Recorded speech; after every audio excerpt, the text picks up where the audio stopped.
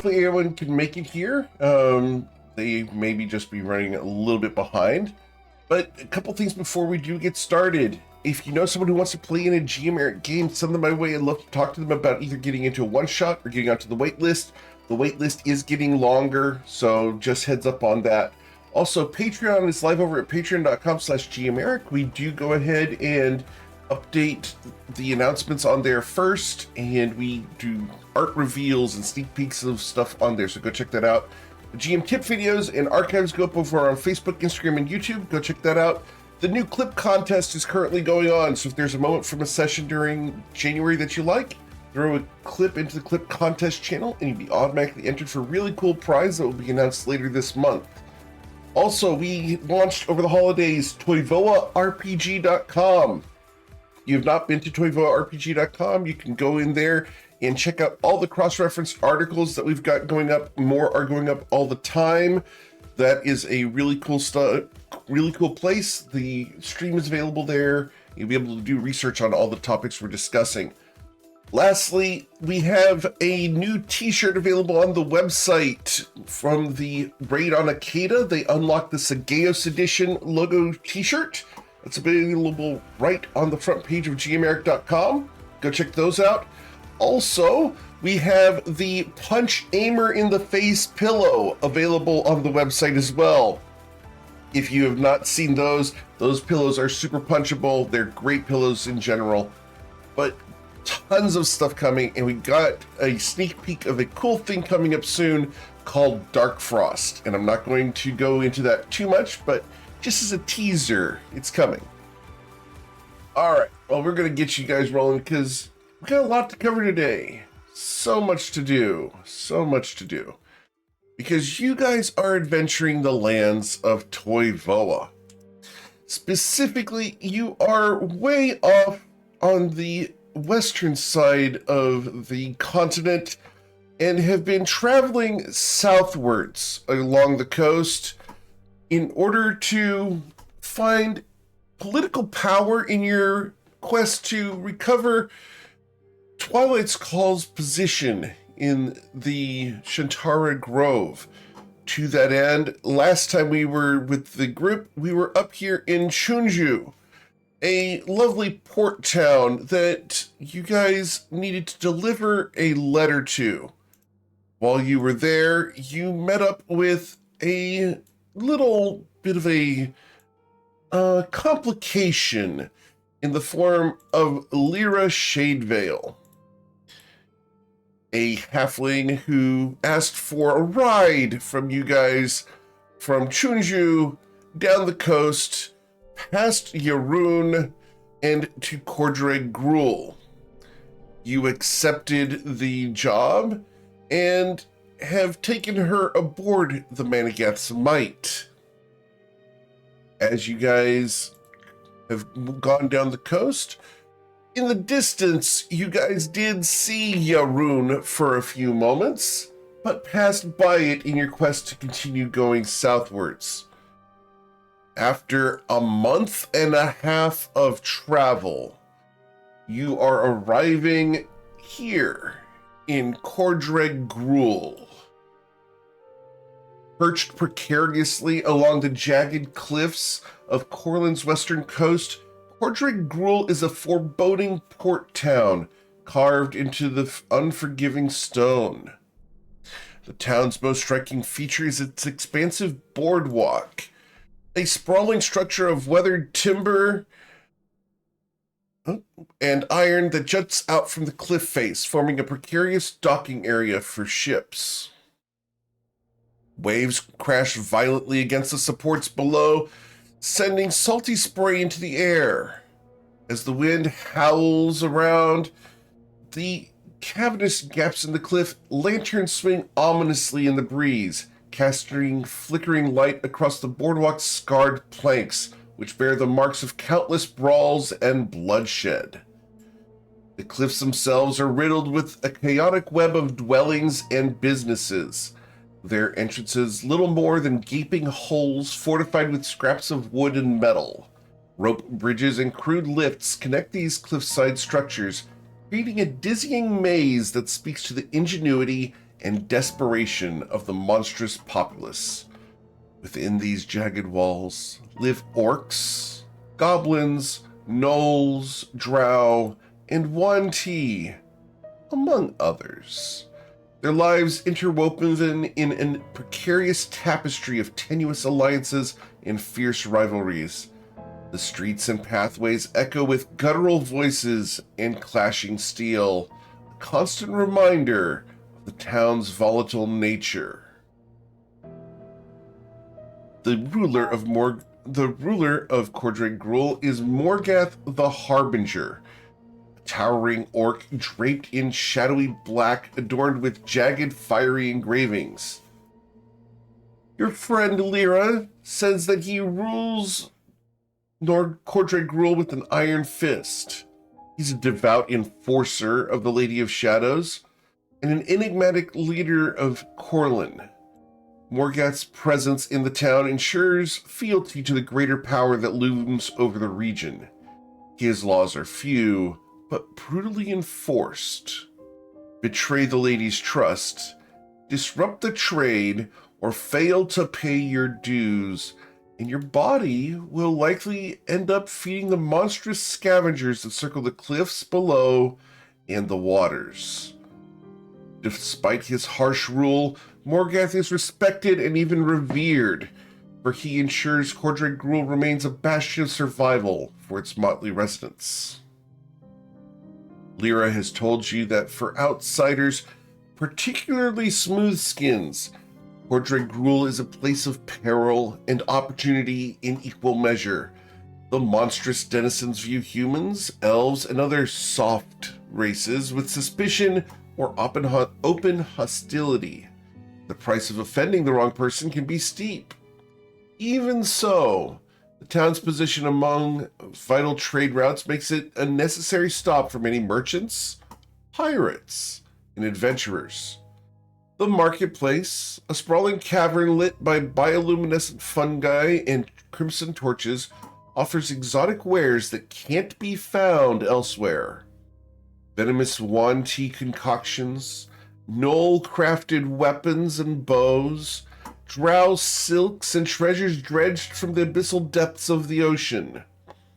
Despite its dangers, Cordray Gruul thrives on its lawless commerce, where deals are brokered over mugs of potent orcish grog in shadowy cliffside taverns. Those with quick wits and thick skins can strike bargains for supplies, information, or even mercenaries. As you guys have arrived, you need to dock in order to allow Lyra to disembark. But Cordray Gruul is not a place for the faint of heart, but for those who can navigate its treacherous politics and ruthless inhabitants. It offers promises of riches and survival.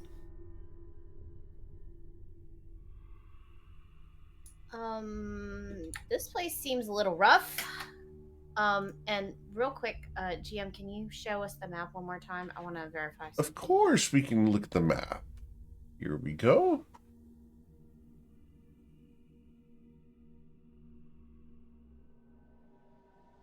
What are we looking for?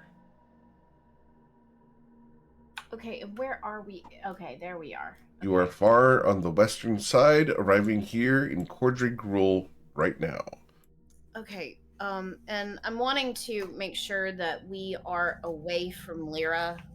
I want the group to get together, but I want to be away from Lyra. Sure. Where she can't hear. Of course. And I'm gonna make sure that. Okay. Anyway, when we gather together, she just says, "Hey guys, we need to be really, really careful. I mean, we already know that he's got a reputation, but we really need to try not to piss off the Lady of Shadows. It was even suggested that we go in, maybe in disguise." Anywhere in Corland at this point, from what I understand.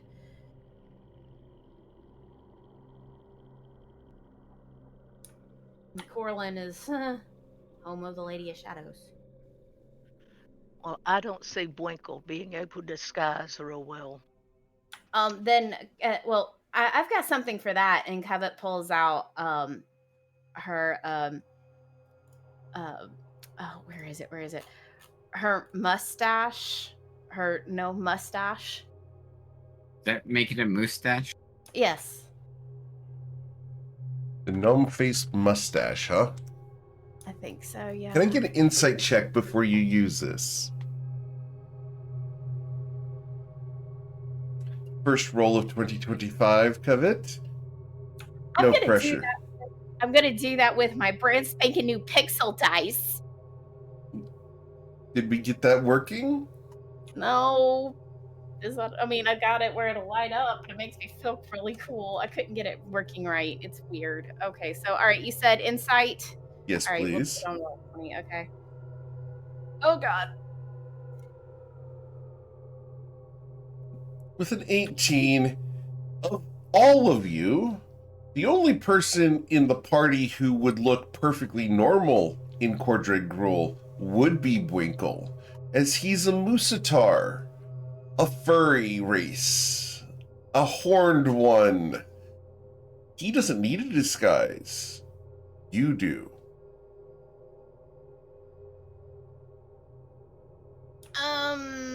So keep your mustache, Covet. I think he'll be fine. The only reason that he may have problems is because he's too pretty.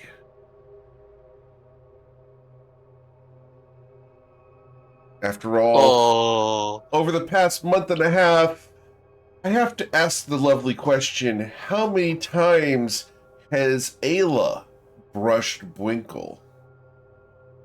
Or polished his horns. That rack is looking amazing. Ayla? I do have a nice rack. Do you polish his horn on a regular basis? That's a every other day thing, but Understood. it gets brushed. But it gets brushed every day. Understood. I have to keep the moose hair out of the dinner, you know. So the only way I can do it is to brush it every day. Because Right. he likes to help.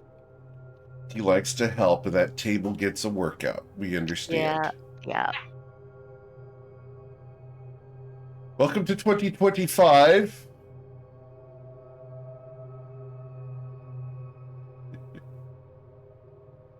Let's So- open this card.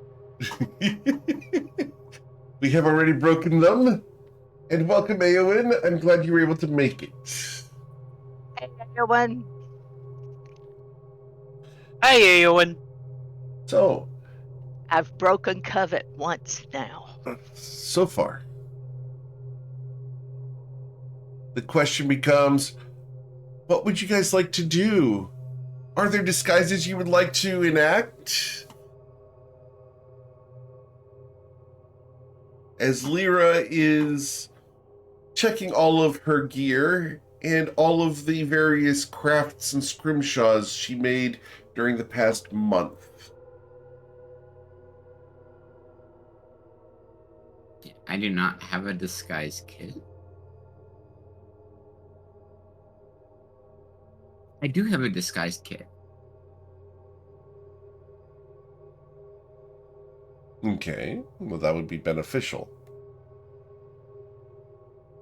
Okay, I'll use the gnome face mustache then.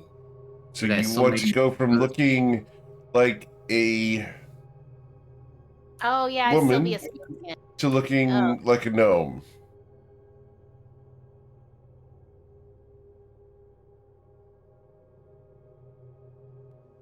I don't have a disguise kit, but I've got 4 sacks full of moose hair if anybody wants to try to do anything with it. You kept it. I didn't want to throw it over the side of the ship because it'd probably strangle some fish. Twice. Okay.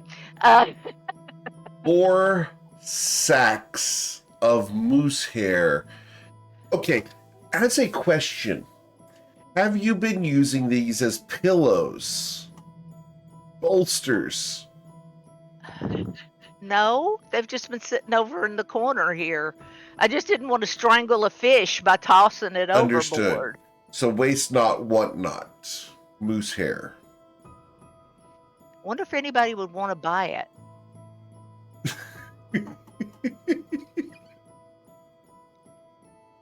Ayla, maybe you can make a sweater out of it. I don't knit and I don't crochet.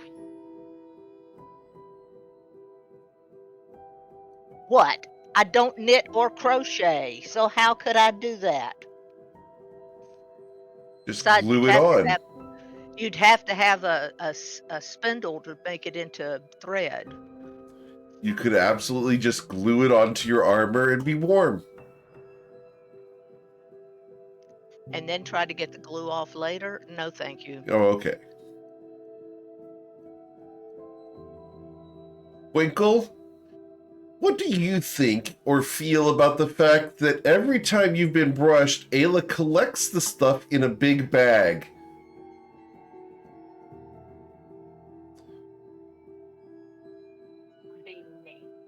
I just think it's kind of weird, but that's all right.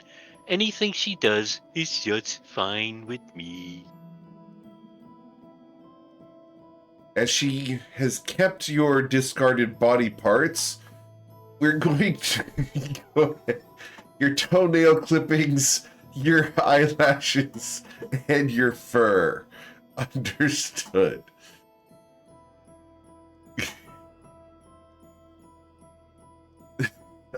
For the record, those of you who cannot see the webcam, they're all distraught at the fact that we are going through this conversation and disgusted by their choices in behaviors. Not all of us, just one individual in particular. And everyone else is laughing. Understood. Excuse me. Yeah, and Yes, I Eowyn. think and she always likes to eat the ice cream. I just joined. Why are we talking about keeping body parts from Winkle? Because Ayla Taylor has kept all of his moose hair from the past month.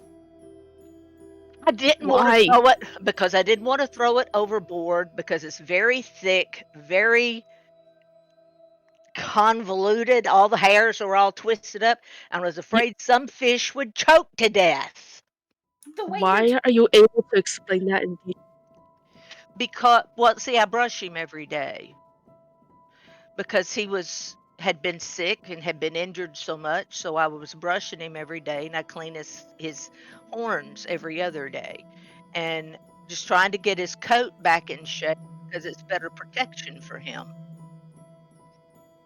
Required very detailed inspection. I don't think you get that detailed just from brushing. I just keep the hair. That's all it is. Everything else goes overboard. She liked how soft it was. Well, after you brush it, it is soft. I mean, the way that you're talking is that there is enough, hair here to create its own floating island and big enough and thick enough to support a walrus. So what we are establishing is that Winkle has luxurious hair. Yes. And that Everywhere. alias knows that. Yes. So Winkle needs to have more conditioner is what I'm hearing.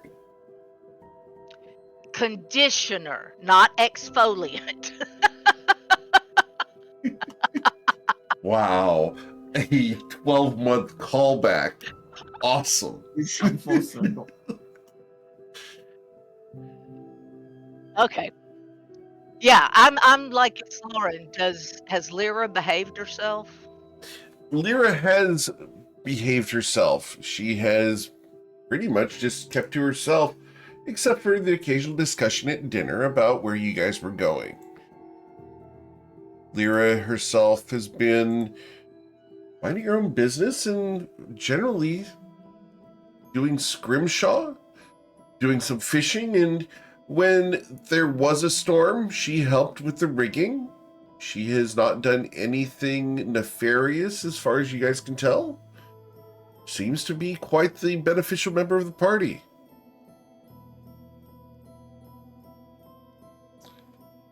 She's made herself useful, but not too useful to be indispensable.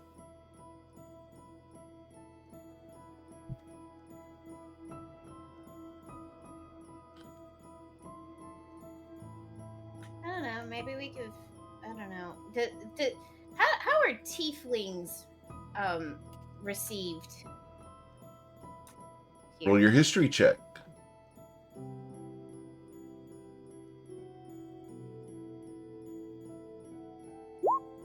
With a 25, tieflings in Corlin are judged based off of their behavior and their attitude. They're viewed as hybrids, near rejected, but not necessarily, depending on whether they take on a commanding presence or not. Show weakness in Corlin. Pay the price.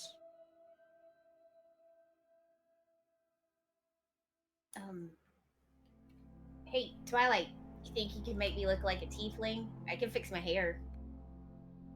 Twilight, you have just heard that Covet would like you to make her horny. Oh no, I'm fixing the hair. Understood.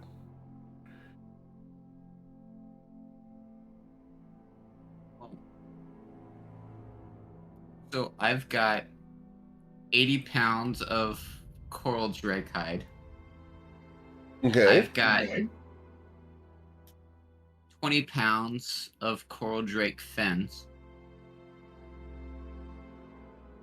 Between the leather working kit and the disguise kit, I'm sure I can come up with some type of scale-like disguise that would work for Covet and myself. Awesome. What kind of disguise are you making for yourself? What are you going to be looking like, sir? Enough to disrupt the smooth skin, but not enough to spend a lot of effort on. So enough that passes casual glance or inspection. So you're not going full cosplay, you're just doing the bare minimum? I mean, if Covet can convince me to do a full cosplay, I might be able to get her something set up. Covet Von Sin. Seeing him start this disguise process, how much pressure are you going to put on him to do a good job as opposed to what'll get you by?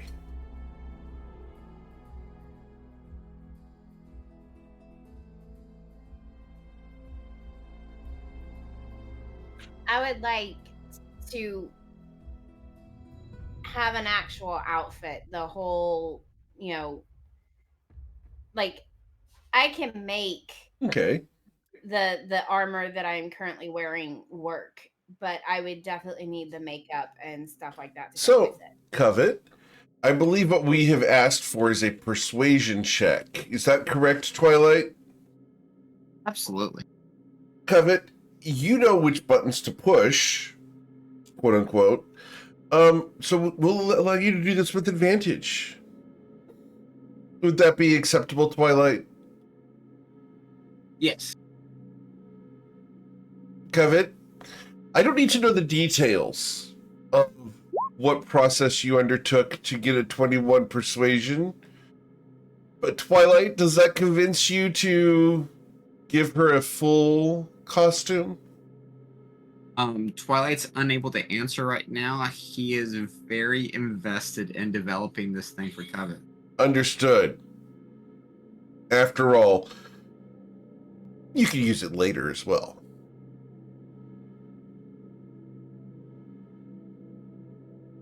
Yep. Waste not, want not. Waste not, want not. The theme of today's episode, apparently.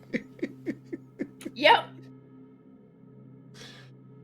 All right, for leather working for this materials plus the disguise kit and highly motivated, influenced by Covet for both of us. We're going to get you to roll a deception check With advantage and a +5 because of all the bonuses you've got here. You said deception? Deception, yes, sir. You said and then a +5? Yes, sir. So with So a 30? 30, Twilight's Call, what did you make your costumes to be, or at least covets to be, sir? Lots of leather straps, buckles, and then the appropriate application of scales. Understood. To make her And appear that, to be what? horny. So a tiefling? Or what are we going with? A lizard folk? A dragonborn? What are we going for, Twilight's Call? You're the one who makes this up?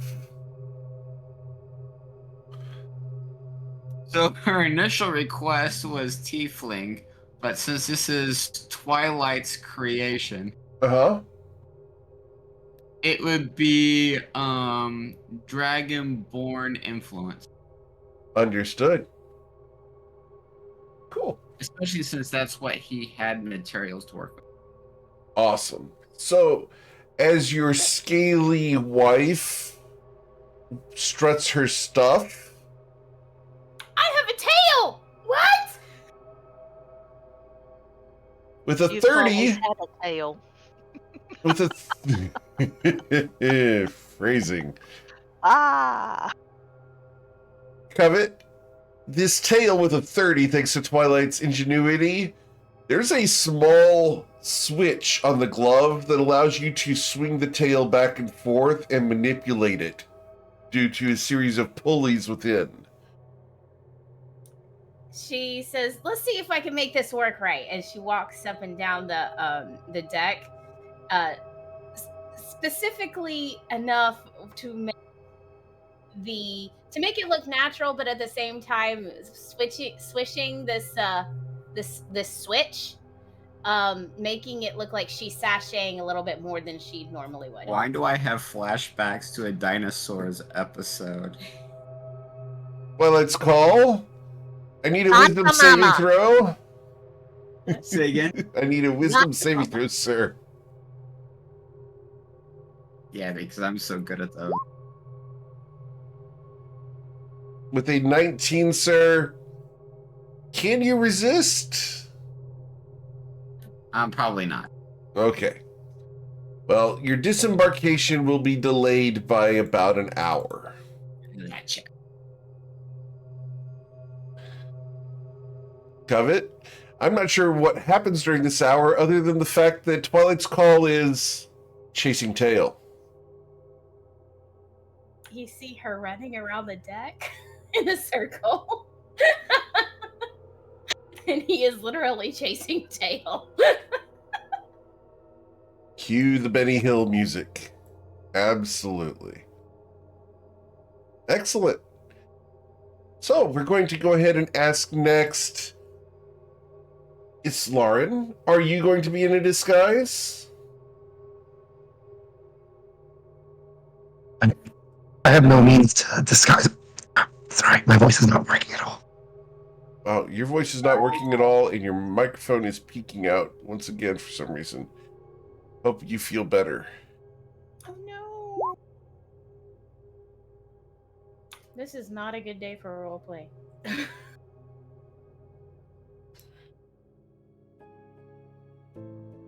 Twilight can fix that.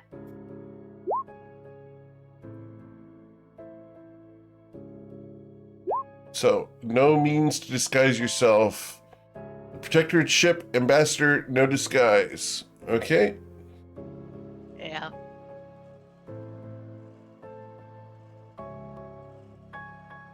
Yeah. Although, as Lauren, you're welcome to the moose hair if you want it. It's Lauren. Quit gagging, Covet. That's something different. It's Lauren, you've been welcomed to the moose hair, but you know that your hairbrush, wherever it is, probably can handle things as well.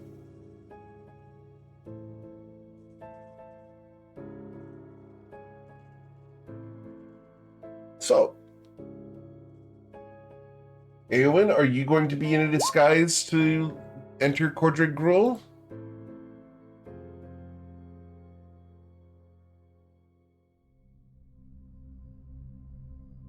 Ayla, do you want me to use the disguise kit and your 16 and a half bags of moose fur hair to create you a disguise of some sort?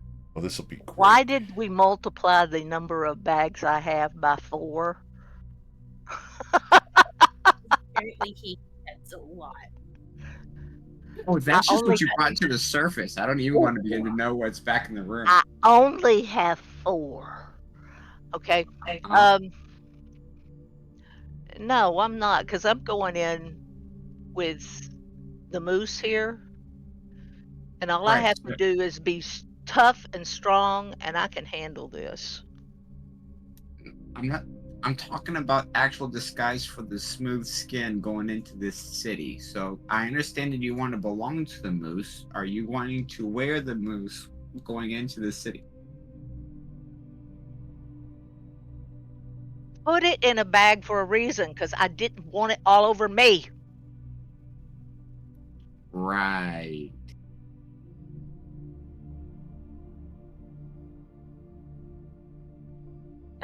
I have my You've doubts lost on that. control. You have doubts on Thanks, that. Eowyn. Thanks, Eowyn. Can I get a Covet, you've deception on lost that one? control.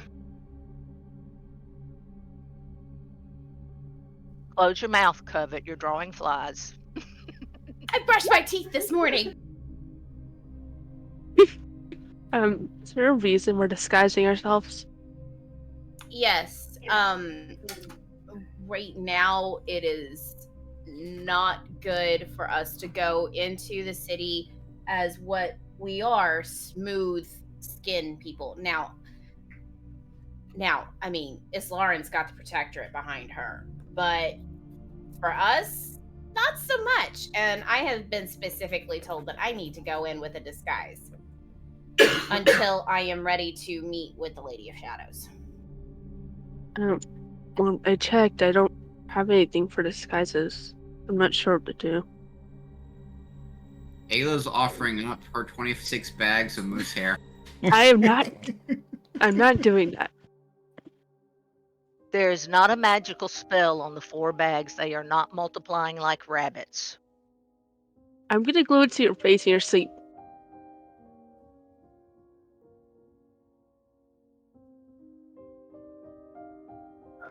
So what are we doing? So, Covet, you've got a disguise. Twilight, you disguised yourself, I assume, as well. Yes. Ayla, no disguise. You're cool being a smooth skin. All right. Eowyn, any disguise? Well, I guess I don't have anything to disguise myself. So You have the offers of the skills of Twilight plus materials from Twilight or Ayla that we can be utilized in some type of combination to get whatever you need. no one wants the moose hair. Okay, so I still have some scales and hide and stuff left over if you're interested in that. I think I'll just go without a disguise. Okay. Okay. So, we have Eowyn, Islarin, and Ayla without disguises. Twinkle doesn't need one. But Covet and Twilight are headed into town looking hot. I look amazing. So that works? Oh yeah. Okay, we're going to And go ahead Covet still and I has will put gorgeous this hair. I will put this in a place where we can go ahead and show it because it's kind of fun to do this sort of thing quickly. Give me It's a just legitimate reason for an hour and a half delay. It wasn't an hour and a half. I've noticed these numbers keep getting bigger. It's not just the moose. If I've told you once, I've told you 1,000,000,000 times. I never exaggerate. All right, so you guys disembark from the ship and head into the town. As you guys do so, you are met on the docks by a little figure. He's green and kind of on the cheerful side. It's a little bit hard to disregard him as he comes up. Oh, hi. Welcome to Cordray Grill. Are you here for trade? Or goods? We're here for opportunities. Opportunities? Oh dear. Welcome to Cordray Grill. The land of opportunities lies before you. It's so nice to make your acquaintance. My name is Isha. Isha Greenton, see? A little small. Oh, well, I do my best. After all, not all of us kobolds get big and nasty like all the rest of the people. We have to rely on our wits. But can I interest you in a restocking of your ship?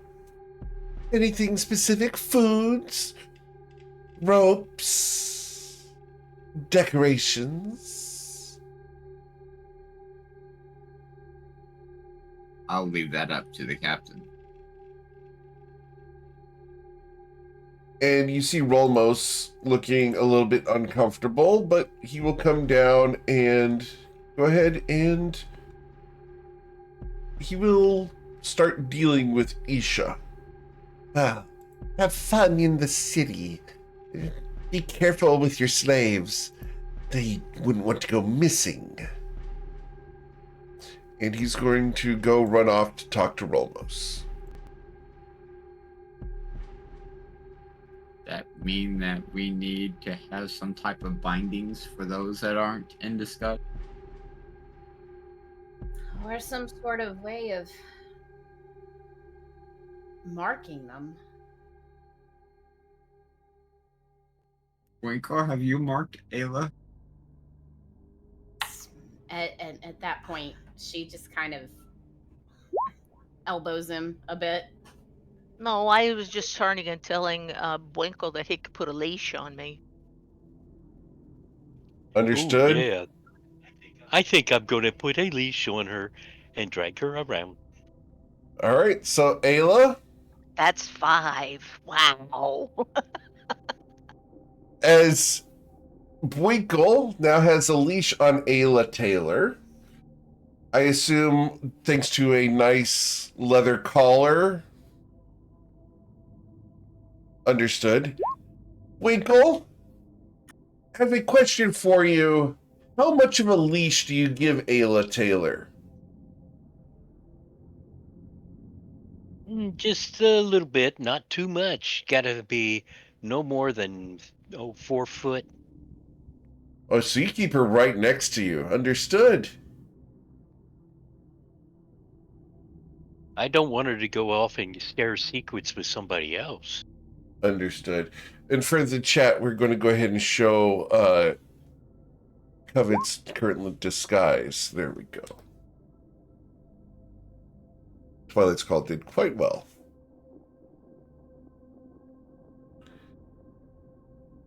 Great job, Twilight. I mean, he worked with my armor and everything. Just worked great. Awesome. It's Now, amazing what proper motivation can create. Eowyn and Islarin, are you guys following, leading? How are you guys behaving? Thanks to the fact that Covet looks like this and Twilight's not far behind.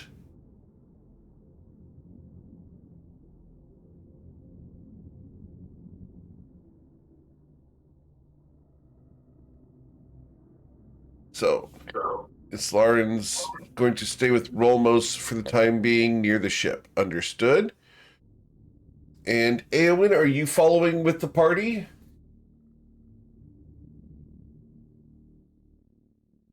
Yeah, I'm following with the party. Okay. Awesome. Sweet. So, One question: is there anything we're supposed to be doing here Restocking. besides restocking? Just investigating? Information, opportunities, trade, maybe some equipment or otherwise, and anything else that may or may not rear its opportune head. Got it. Okay. cool. So, where would you like to go, Twilight's Call, since you seem to be the one leading this excursion into this rough and tumble town?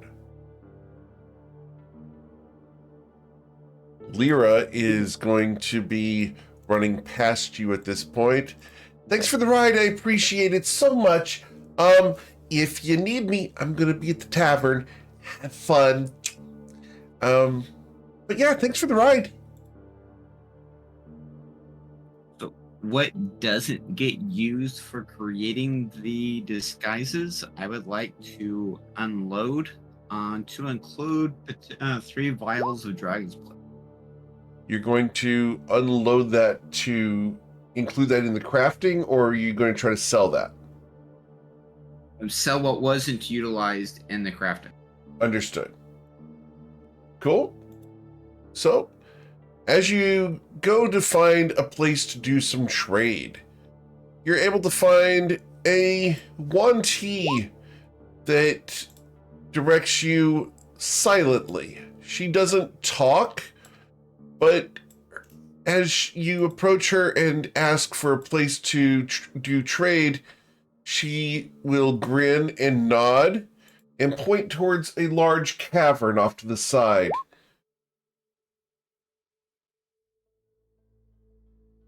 You want to follow her directions? Or do you want to go and find your own place to trade? I will smile and say, never take the first offer. Where is the real location I need to be going? She raises an eyebrow. Do you understand the common sign language? I do. You do? Awesome. Is that on your language list? No, common is on my list, not common sign language. Ah. So you do not understand what she is trying to sign to you? Would that count as something written? No? Written? Potentially. But no, I Because don't think so. Written would be Because- Braille. Okay. Just because I'm just trying to go with the symbols and stuff like that. That's why. No, sign language and symbols are very different. Okay. You understand what I was trying. I understand where you're trying to go with this, but no one has comprehend languages? I have. There it is. Any spoken language that I hear. But if this is a common sign language, then that's a nonverbal communication. Correct. So that's not going to work, unfortunately. So, But I will maintain my technique of mastery of tongues for the hour that we may or may not be here. okay. Well, let's go ahead and get your insight check. See if you can infer what she's saying. All right, 1 second. Okay, Insight. here's covets. Sure.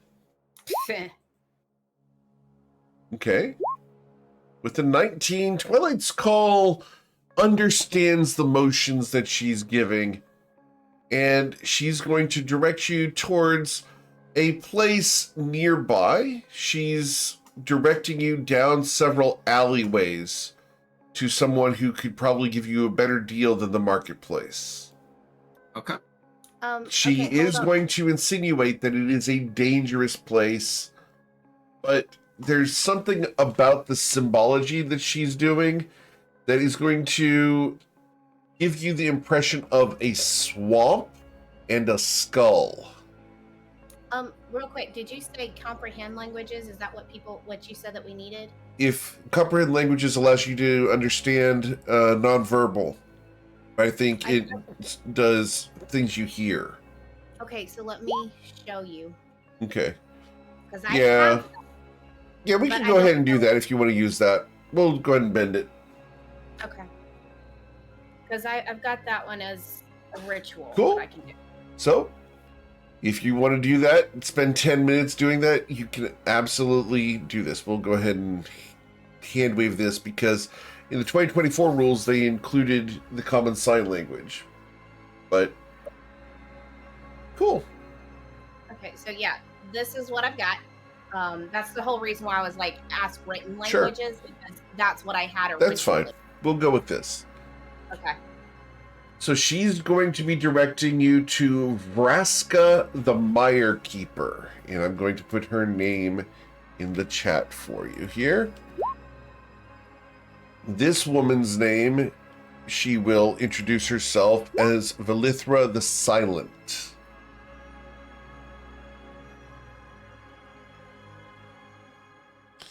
She's going to inform you that Vraska is a bog lich / witch. She is unpleasant, but if you want to get the best money for your goods, she'll give it to you. But the negotiations are going to be difficult and toxic. Perfect. So Sounds like this worse. will not be an easy thing, but if you can negotiate with Vraska, there's a good chance you can get more money than the market.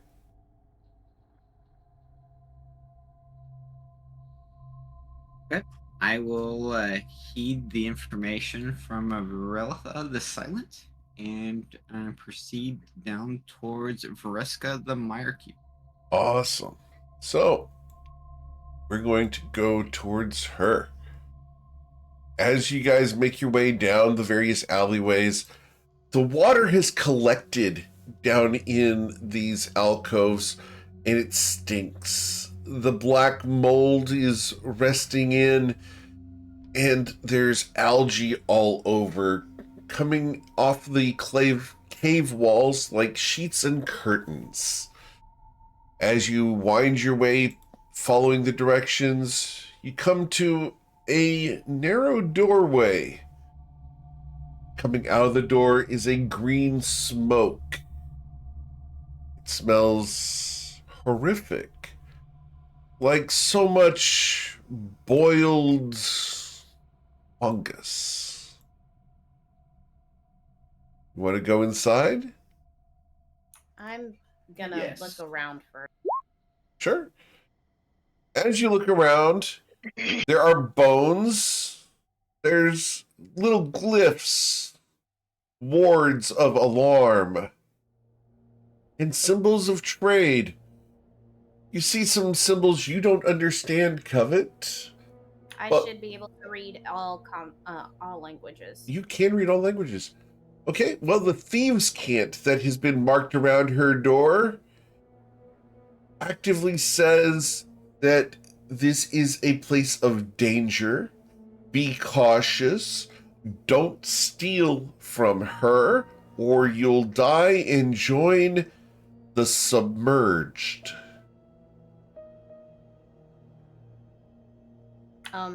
I grab Twilight's arm before he goes to knock or let her know that we're here officially, and explain to him what each of these symbols and sigils are, and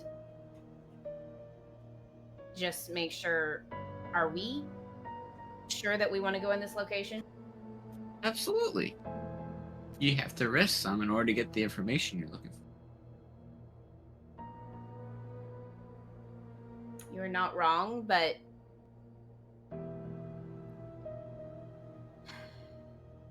this is very, very, very scary, and I don't like dealing with this kind of Just keep on your situation where you're on toes. the line. Where you're on the line. Stay alert and keep on your toes. Are you guys even with us? Yep. I thought so, yeah. Winkle, Eowyn, and Ayla are all with you at the moment. Okay, I wasn't certain who was with us, so that's why I'm asking. Islaren, did you follow after the fact or not? Because you would have seen them talking to this woman for about 10 minutes. Islaren's probably typing.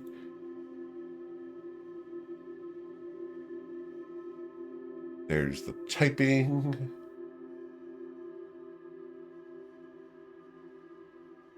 Islaren has stated that she was staying with the boat with Romos.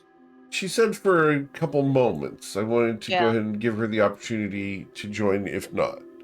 Yeah, she said she would join us later. All right. If things wrapped up quickly with Isha, yes, I'd catch up. Okay. So Islaren is with you as well. And Islaren is getting all the looks. As is Eowyn. Ayla, however, is... I guess Ayla, Islaren, and Eowyn would all be getting a lot of looks. However, Winkle, Twilight, and Covet do look like they belong here. So let's go ahead and I need intimidation checks from the three of you. So Winkle, Covet, and Twilight.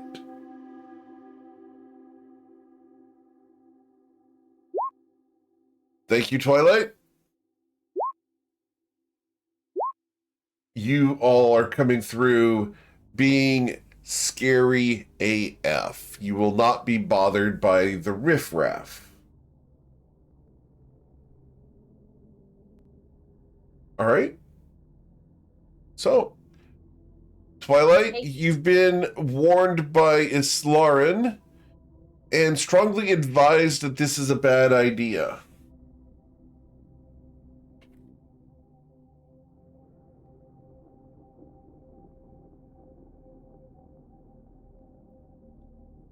Twilight acknowledges, but doesn't give a visual or a verbal acknowledgement at all. So Twilight hears, but doesn't act like it.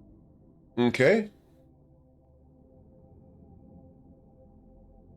All right. Two of the strongest people in our group have said, "Don't go in there." But Covet would not let him go in there by himself. She would Oh, never let no. him do it. No. Okay. After the efforts he had on the boat, the motivation, and then the well-spent hour and a half chasing tail, plus the intimidation check, Twilight's kind of feeling himself right now. Understood. Cool. So, you guys going in? If we do, I would suggest the three of us. Twilight's gonna pull the front. Be the leader of the pack for right now, of course. But I would suggest that Winkle and me, if we're all going in, we pull up the rear. Just kind of like a protective triangle kind of situation for the other three. Cool. All right. So, you walk in, Twilight? I do. As you do so, the bone curtain made of finger bones and foot bones clatters, mixed with beads of glass, and inside a woman turns, her green skin stretched horrifically across a skull. She looks at you with baleful orange eyes. Yes? I was told that you are the one to consult about interesting opportunities in this area. Oh. Come in. We're friends too. It would be a pleasure to make a deal.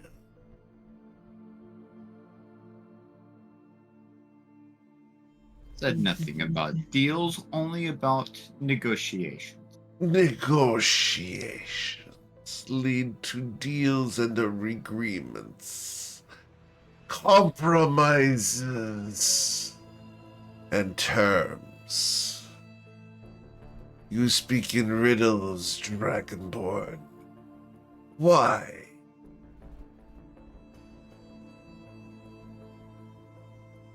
Call it experience. Ah. So, an educated traveler. Very well. How can I be of service? So through my travels, I've made certain acquisitions and wanting to see what you might have in trade, interest, or otherwise opportunity. What do you have that I'd be interested in other than your presence, which I accept graciously?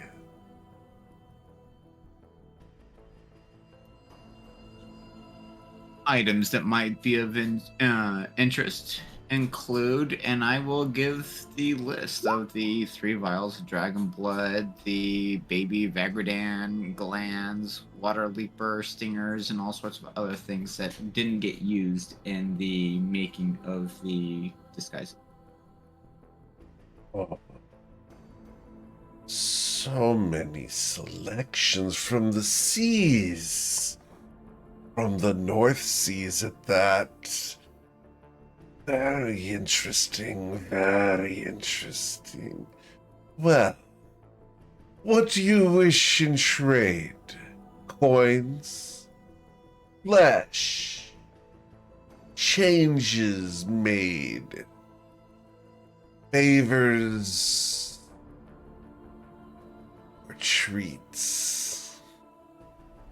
A kind word, perhaps, to someone's ear.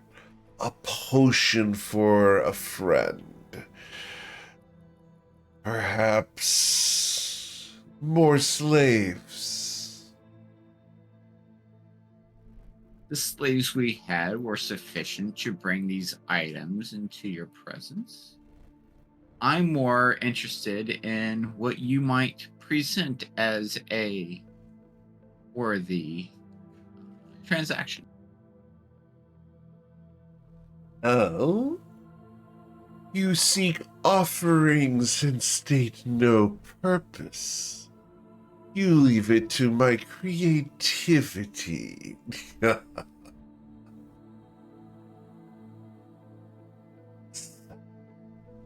opportunity. Do you like bones, sir?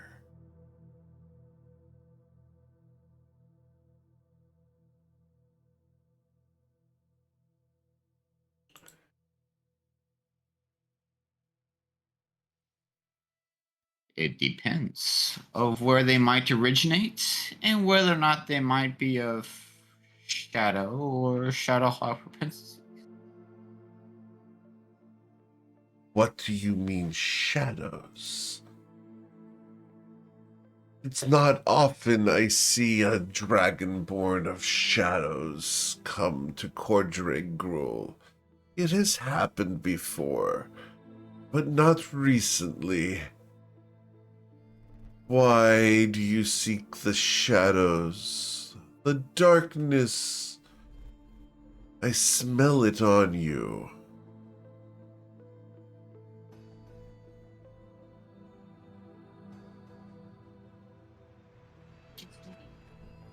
Certain things occur when one travels as far as I, but you didn't answer my question. Nor did you mine.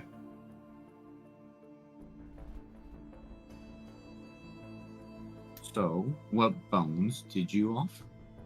I haven't offered anything yet. No. But I have bones of creatures you can't comprehend.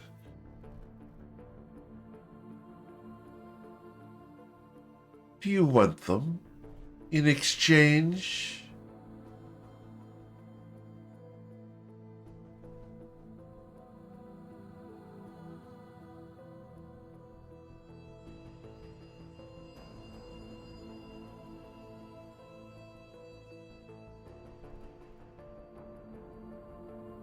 They're thinking.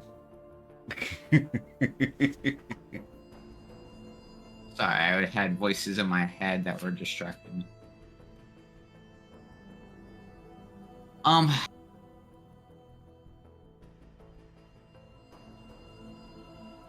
As I travel here and there, near and far, overland and overseas, anything that is of increase in power, opportunity, whether that be physical or information, all of it has value. I have laid out that which I have brought. I'm looking for something of equal value in trade. Well, perhaps the bones of the last one who came in here in exchange for what you've given me and a little more. You see, I've not felt the touch of anyone in a very long time. So, I ask for that which I do not think you can give, but that you might be able to provide through other means. I will give you the bones of an ancient one, a celestial drawn from darkness itself, from the void, a rib bone drawn with spider silk, a bow to make one whisper. In exchange for what you have brought, which is good, but not enough,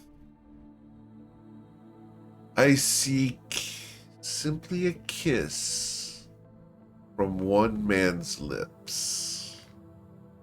It matters not who, but I will accept it, in addition to what you have provided, and give you the bow.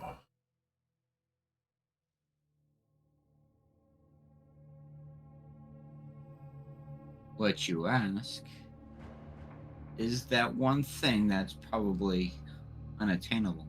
You see, each man here is claimed by another. I didn't say it had to be one of you. Simply convince someone to give me a kiss.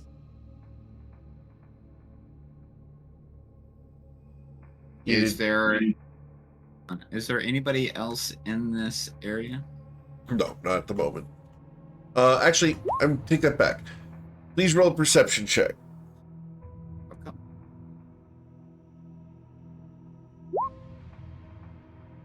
There are creatures inside of her cauldron, and you can sense that there are some kind of entities in the walls. But as far as any humanoid figures, no. And she just wants a kiss. Doesn't matter from who or whatever else. She said a man. Need to find out how dangerous it is. Or whatever poor soul that ends up doing so, I don't think that matters to us.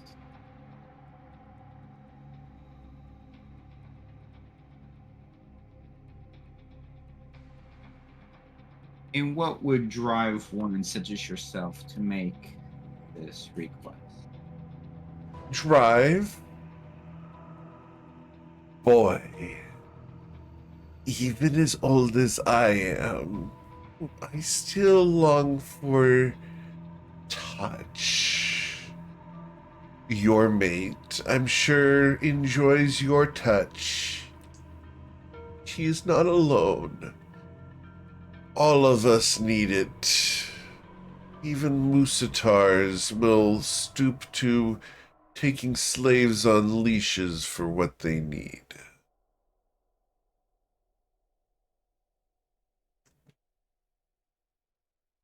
I have seen one debase himself as such.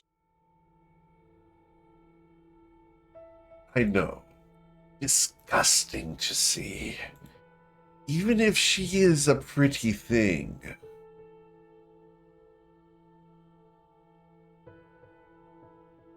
It's strange, though, that a Triton from the Protectorate would come with you. What does such a pretty gem do in my hovel? Oh. Covet? It's literally, she wants a kiss. As far as what's beyond that, she's got her own reasons.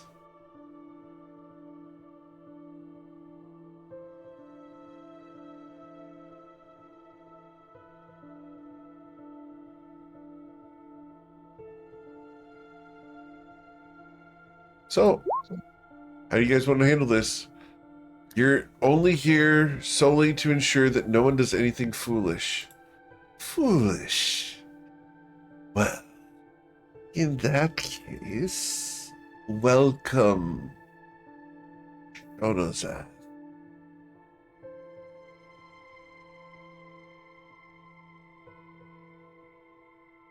She doesn't know your first name. She's referring to you as a member of the Protectorate. She doesn't even know your last name. She's just referring to you as a member of the Protectorate.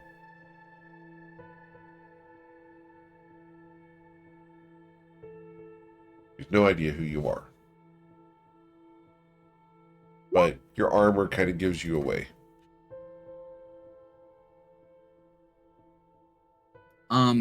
Twilight will consider the initial request of the Lich and will say items I've procured are well within my span of control.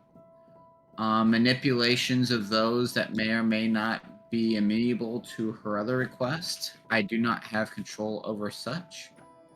And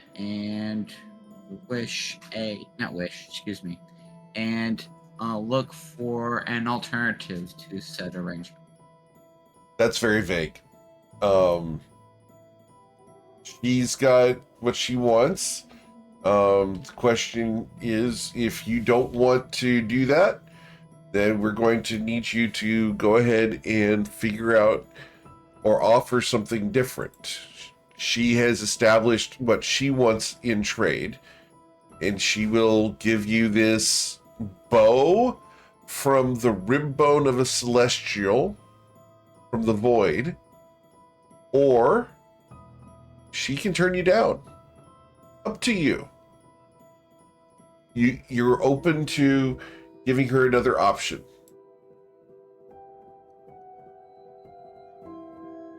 Well, if we're not able to procure the kiss itself,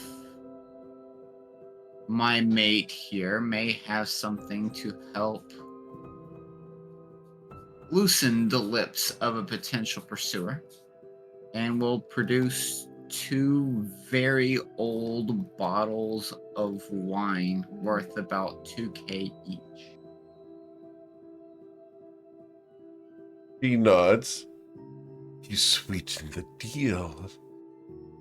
If you can get me the kiss, I will include enough arrows to kill a dragon. Arrows of slaying, barbed and tipped from the fangs of the celestial who I drew the bone from. Would that suffice?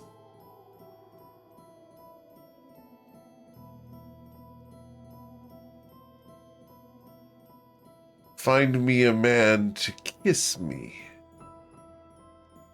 and you'll have your deal.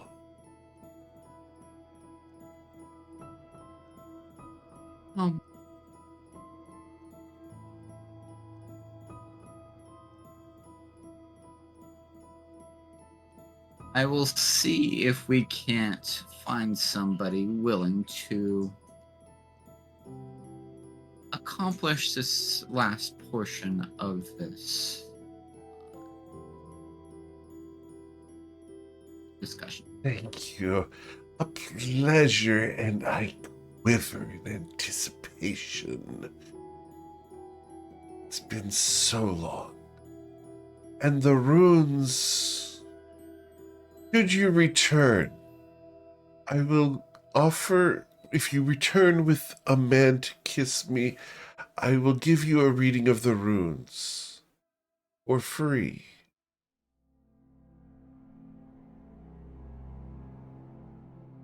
And Twilight will give a casual nod, and then we'll leave the location.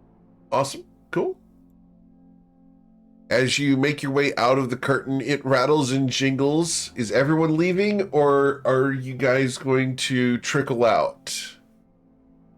Winkle, are you going to leave with your pet? Yes, pet is along. Covet, you leaving as well? Oh yeah. Okay. This place, to her, she will not voice it, she will not show it, but this place is giving her the heebie-jeebies. All right. So, assuming Eowyn follows, you guys can leave. And as you do come out into the moss-covered alcove, the willies go down your spine. Oh, I can't believe. We get a safe distance away where Covet is certain that no wards, no nothing like that is going to pick up anything that she Sure. says to Twilight, and take it back to this lich. But she turns to him and is like, I did not realize that she was a lich. I heard witch, not lich. Oh, did I? Well, That is everything against MKL. What are you doing?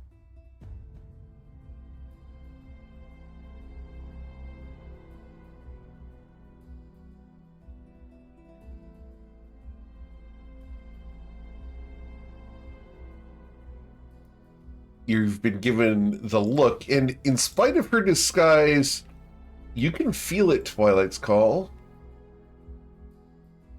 Twilight shivers just a little. I was just trying to get rid of some of this stuff. I would have taken a lesser price than deal with an undead.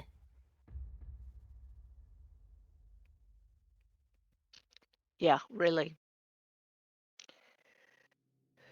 So Twilight won't say anything, but you happen to notice a slight look of hypocritical across his face. Okay.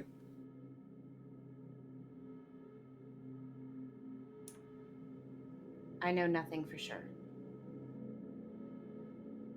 That was sure. Twilight's interested in seeing if he can't find somebody that's practically passed out drunk. All right. Let's go roll an investigation check.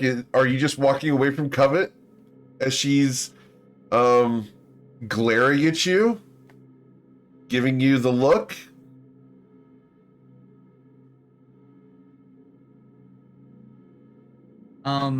He's going to look around. Okay. Cool. Not great. So with the 10, you see a couple people hunched over someone who had been drunk, but he's been recently killed. And they are currently stripping him of all of his possessions. Oh, he really didn't say he had to be alive.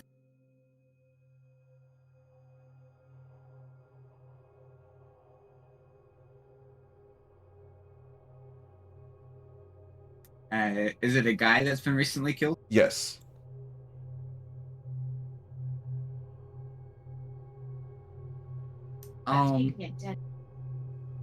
I will attempt to shoo off the people that are there and maybe see if I can't secure this individual. Okay. You really want to go against MKL? I didn't kill him. He's already gone. So as you walk up to this corpse, let's go ahead and get your intimidation check against the muggers, sir. You do have advantage because of how scary the rest of the party is around you. Yeah, 17. It's 17. All right. Let's go ahead and roll what they've got here. They will run off as you approach. This is survival of the fittest, and apparently you are more fit than they are. You're free to come up and claim this loot, whatever's been left behind of this dead person. Yeah, I'm not even going to search him or anything else. I'm just going to secure him and drag him back to the witch. Okay. So you just pick up this dead body and are taking it with you back to the witch. Okay. Yes. Awesome. So, Covet, are you going with? Anything you want to do in response to the actions your husband is taking? She looks at him and is like, you realize that if you take a dead body back to this lich, you're going to end up, like, cursed? Also, I didn't kill him. And I'm not the one that's actually doing the kissing. And what she does with the body, that's up to her. And I'm not the one that turned her into a lich. And it is not my mission right now to deal with the lich. It's just nothing more than a means to an end. So please explain. Didn't she actually specifically... She looks around, making sure nobody's paying attention. She looks at him and is like, "You're Fae. You know this better than that. You grew up this way. Didn't she actually say the word willing?" He's not saying no. He He's can't not say exactly yes willing either. either. So Yeah, and how can a dead guy kiss anybody? that's up to her. That's unless she's trying to to do quote unquote the kiss of life and do CPR or something. Fresh enough. Wow. Just wow. This is going to go so very badly. And as you pointed out, our heritage, it was never specified that it had to be living. But it said willing. He's coming along willingly. You can't say no either. Exactly. He's not fighting it.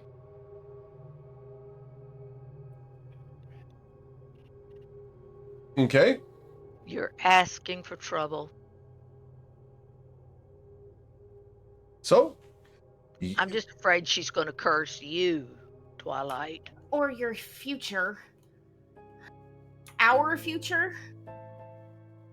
do you wish to go with Twilight back to this? Or are you going to let him go alone back into this anathema's lair? She's going to go with him. We're not going, are we? But she is Winkle, are you going? livid because this is not smart. As stupid as this moose is, no, I would not. Okay. So therefore, Ayla's not going either. because she's kept on a short leash. Right. Understood? Covet is just beside herself. She is so afraid of what's going to happen. Just like what you say about me, where I am not where I am, putting myself out there, and where I am not an option of, of losing me is not an option the same as for you. Okay. So, Covet and Twilight, you return. Eowyn will go with you guys. Understood. And Islarin, are you staying with Team Pretty over there, Ayla and Winkle?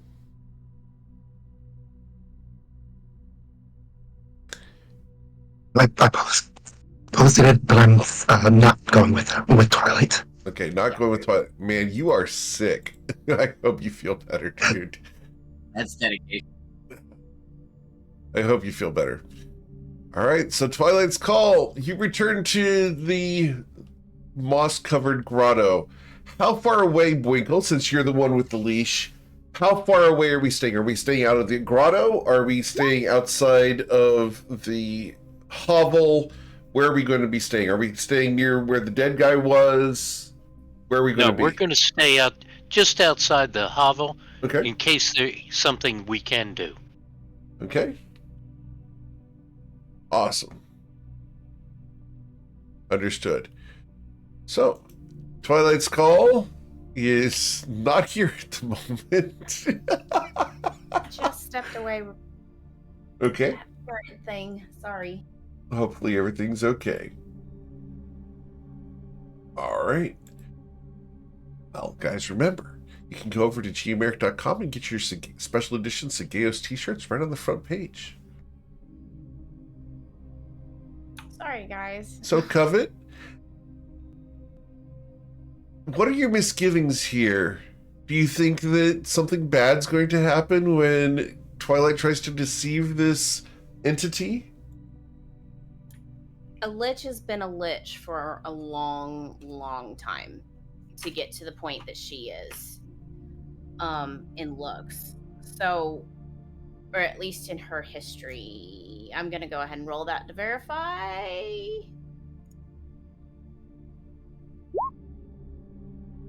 Yes. Yeah. And so she is definitely not stupid. In fact, as you're looking around, Covet, just before you go into the hovel, as Twilight's dragging this dead body through the water and everything, on the sides of the wall here, hidden by the moss, you're going to be able to see signs of combat that are very old. Hundreds of years old. The mortar here, this looks natural, but it wasn't originally. This used to be bricks that have been weathered down to look like a regular stone face.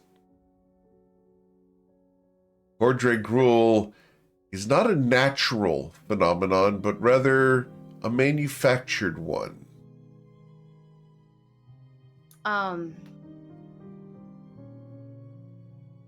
While we wait, she's very, very scared because, again, this goes against everything that MKL is. She is afraid that this is going to come back and bite Twilight and her in the tail.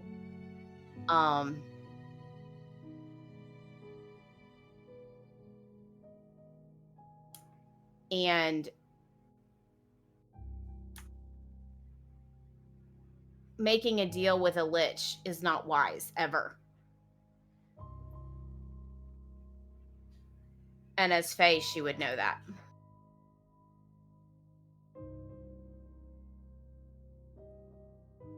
So, Twilight's Call. Are you ready to go inside this hovel? In spite of your wife's misgivings?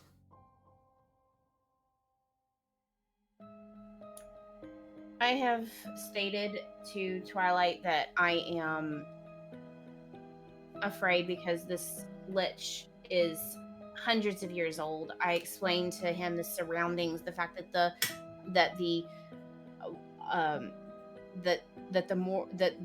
rock is not actual natural formation. This is been placed by her for a long, long time. This is, there's combat markings here that are centuries old. You don't get to this point of being a lich by being stupid. So are you saying I should leave this body here and go get somebody different? Did she put a time limit on this? No.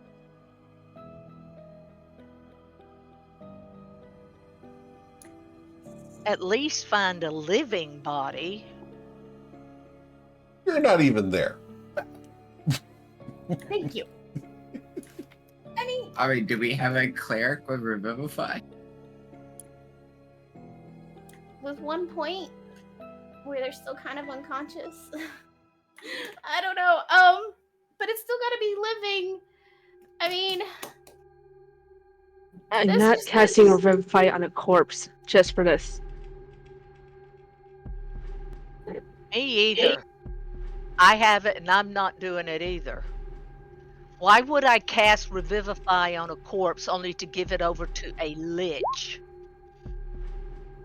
That's just abhorrent.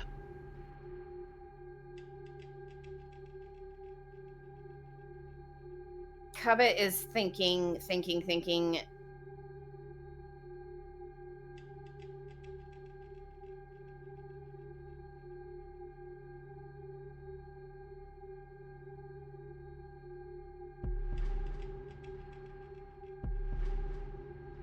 Yeah. I'm going through everything I've got. Hold on. I'm trying to figure out a way out of this. I don't think you have a way out of this, Covet Von Sin. Not unless you want to speak to the dead and ask him if he's willing to do it. I don't have that ability anymore. Not until I gave up the pen. And Ayla doesn't have it prepared, I don't believe. Nope. She pulls out the tome of Zokarah. The Zorit tome. Zaf? Okay. Yeah, Zorit Zaf. And she explains the situation to Leslie. No, you don't. Oh no, who has it? Tay. Tay has been with her. And be like, I need help. I don't have Animate Dead. I don't have really much of anything that can get me out of this. I'm open to suggestions. Other than, because right now, the way things are going, I don't think that we're going to end well. And she's How's that sound? sends off to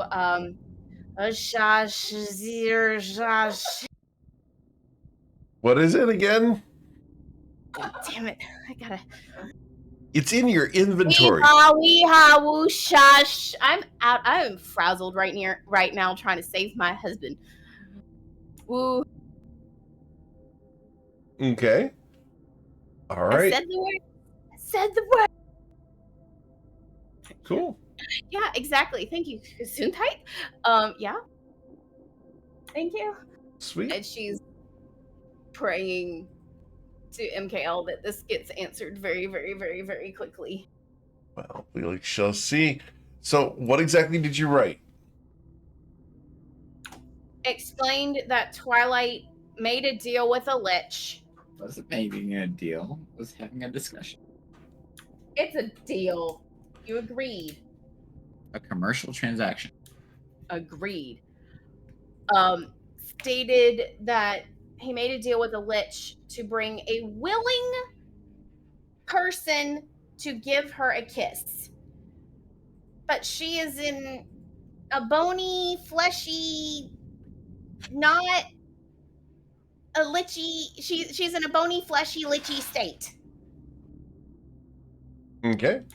I don't have animate corpse. I don't have anything like that that could potentially help us. Suggestions? Cool. So the message gets sent off. As your book glows for a moment, it flares, and you get a response back. So, Kay responds to, I have a problem that Twilight's Call has made a deal with a lich, and I don't have Animate Dead. I don't have anything in order to help. I need ideas.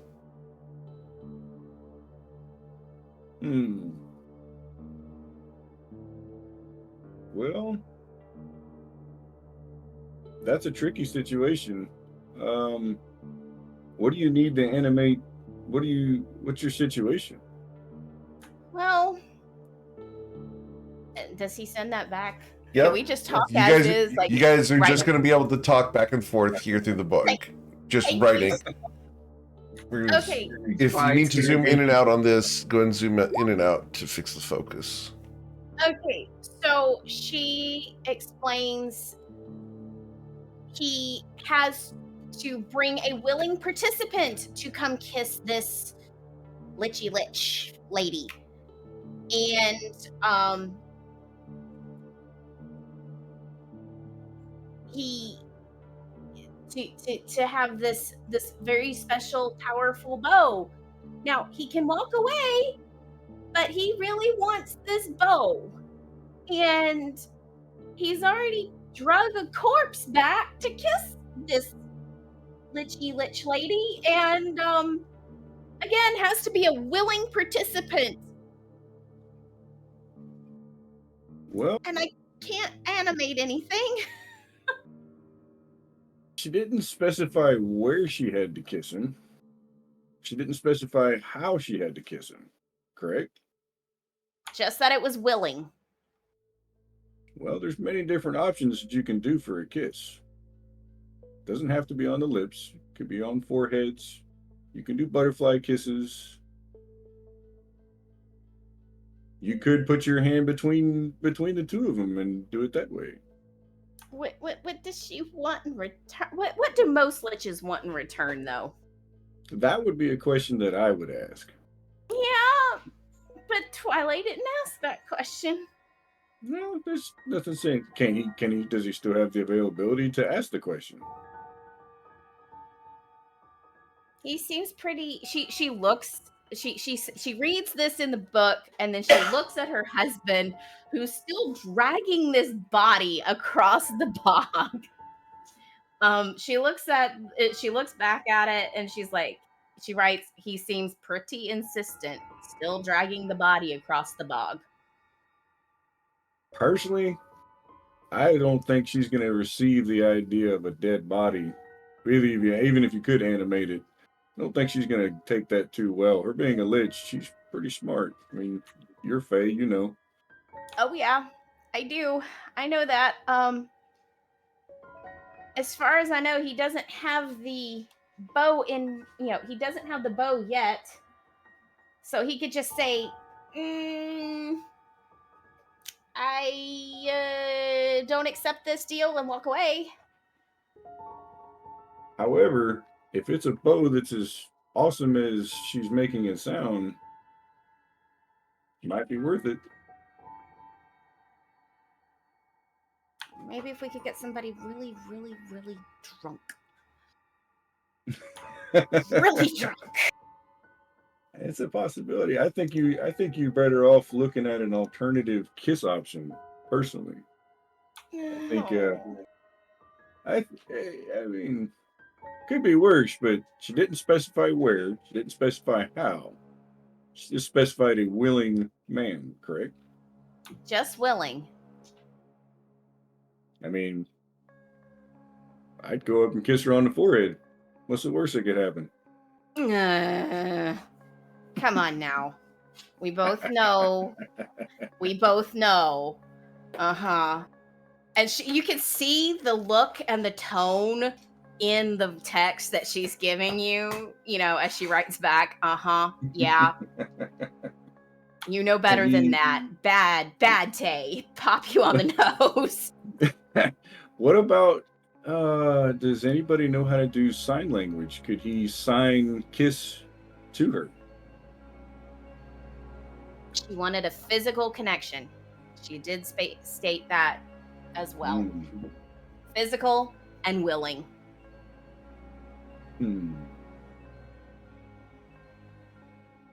Maybe put a piece of paper between? How difficult it is to drag stuff through the bog. There's like a suction. Yeah, I don't think I would bring the dead body. That's just I think I'd leave that one. Yeah, I totally agree on that one. You know, I don't know. I mean, other than just trying to find all the loopholes as she continues to watch him try to drag this lifeless body across the bog. What about blowing her a kiss? That's physical.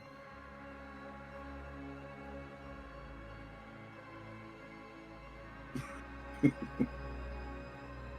think that would piss her off more than the dead body because it's right there. Yeah. That's a tricky situation you got there, but you're smart. So is your husband. I think between the two of you, I think that's you got an alternatives. The question is are you willing to risk it? Oh, I appreciate the help, and you've given me much to think on. Definitely find out what she wants, what's behind the kiss before you go through with it. That would be my suggestion. There's got to be more to it. Why would she want one? I agree. I'll see what I can find out. Thanks, Tay. Good luck. You too, brother. With And she that, the closes- connection fades from Tay. Thanks for coming. Yes, Thank sir. you, Tay. You're amazing. With that being said, she closes the book and she walks over to Twilight and is like, she's really going to be pissed off if you bring her a dead body. As a woman, I would be pissed off. Would you? Oh, wait a Hey. second. That's an interesting question. Would you be pissed off if you were given a dead body, Twilight? Of course, because it's not covered.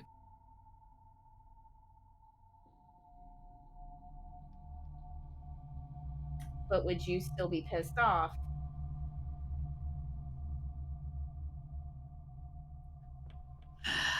Fine. I'll drop the body and leave it where it's at, with partially stuck in whatever peat moss that it may or may not be absorbed into. Okay. She quietly she actually starts to drag the body away from the hut. And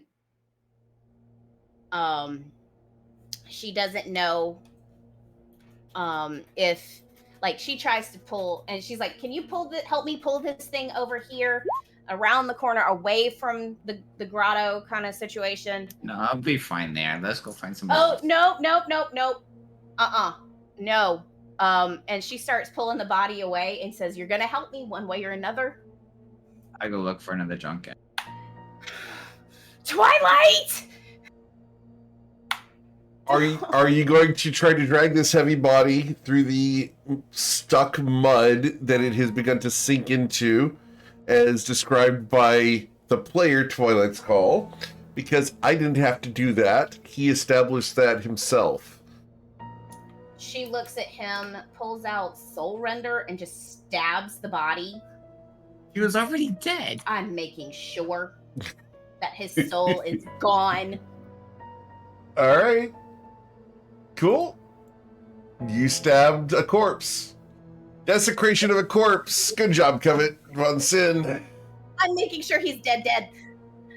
The Lich doesn't need any more souls All right. to fight against. Eowyn, The Dragonborn Covet has just stabbed this dead guy. A reaction.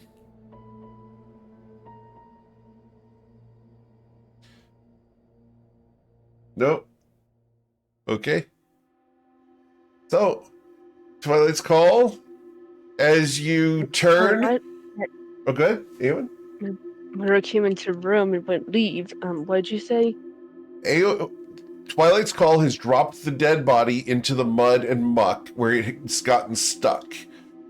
Covet, in order to make sure that it stays dead, has gone ahead and stabbed it in the heart with her dagger. Do you have any reaction to that? Because you're the only one there. It just seems like a normal thing for the party to do. Understood. It is a normal thing for the party to do. Well, I mean, you would. I have stated in the past that soul render helps. Yep. Expedite the soul to the afterlife. Fine. It'll be okay. Oh yeah, sure. So, as you three come back out, you can find Winkle and Team Pretty standing there waiting. Y'all see any other drunk guys? How that just looks at Islarin and Ayla and just shakes her head.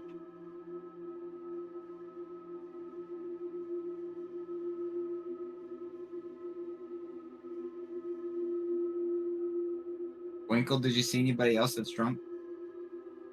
Sorry, I had my brain on somewhere else. What was that again? I'm sure that's usual.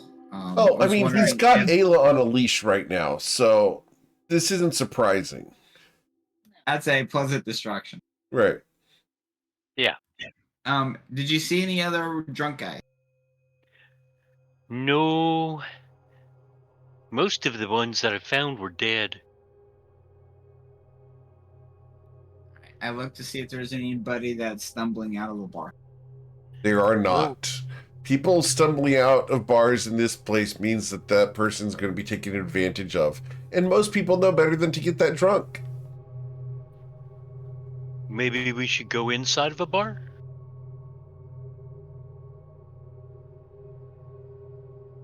Sounds good. Winkle takes a look at a bar. Wonder if they have mooseberry juice. As you guys are looking at the nearby bar where Lyra went, there's a bouncer outside of it. He's a big burly guy, stands about 12 feet tall. He's some kind of cross between an ogre and a troll. And he's blocking your way. What?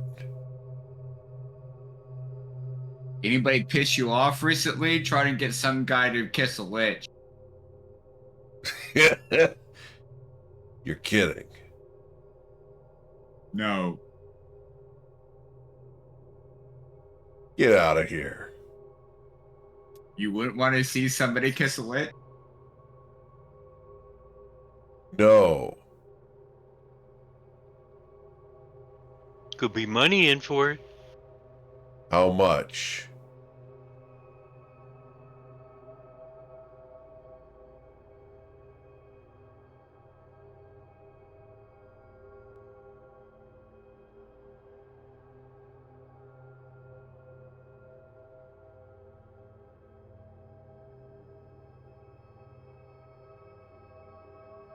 How much money is in it for me?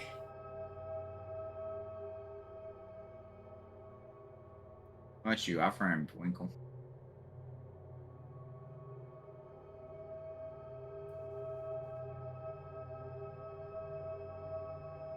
My help is left. Give me a second.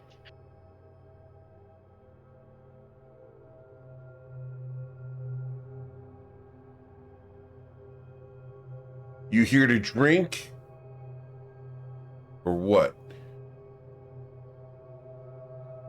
Yeah, we'll get some drinks. 1 gold cover. Here you go. All right. So you're allowed entry. Covet, are you going to enter the bar following your husband? It's a 1 gold cover. as irritated as she is at him, she goes in begrudgingly. All right, scratch Just one trying gold to off your character get sheet. out of trouble. Is Aowen going in? Islarin? You guys can type if you need to. I It- don't think they'll be going in. I don't like No? bars. You're going to stay outside? Okay. Winkle, are you going in? Or are you going to leave Aowen alone outside in Cordrig Gruul?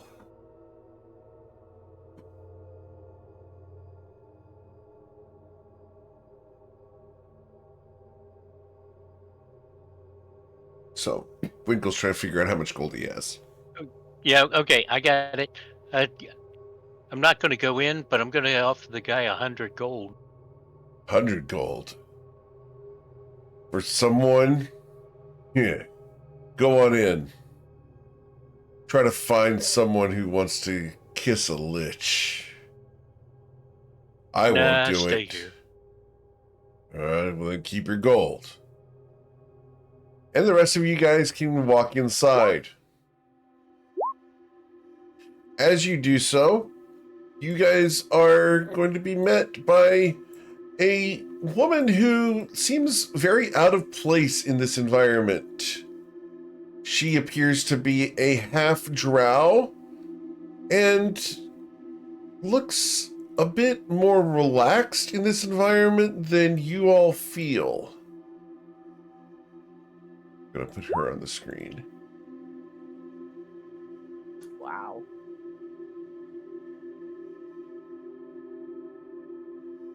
What'll it be?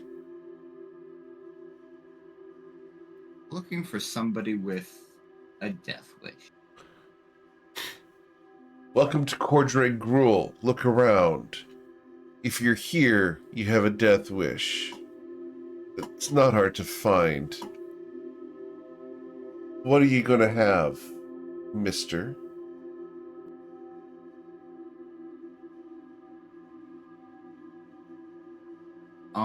Looking around, what is everybody else drinking? You see people with some sipping drinks. Most people have large mugs with some kind of black fluid in them. It has a nice tan head on it that's easily an inch thick. I'll have one of those. Fine. She turns and goes to one of the kegs, pulls out a large mug, and begins pouring. It comes out in the consistency of maple syrup.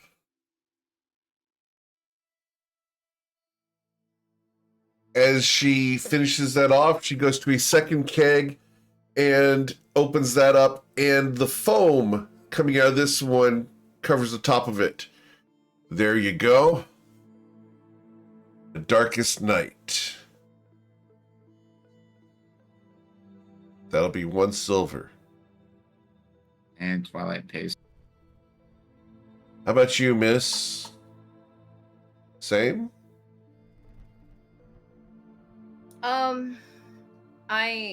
She looks at her a little absent-mindedly and says, "Sure." Okay. She goes through the process and pours out that thick black fluid, and then goes to another one and pours that foam on the top and gives you the Darkest Night. Once she realizes what the name of that was, because she's proficient in cooking now, would she recognize that at all? It is proprietary and unique to this bar. So unless you've been to Cordray Gruul or met someone from Cordray Gruul, actually, we would say Lyra would have talked about it with a 20. So you would have learned from Lyra about it. And it is a very dark ale that is topped with a coffee foam.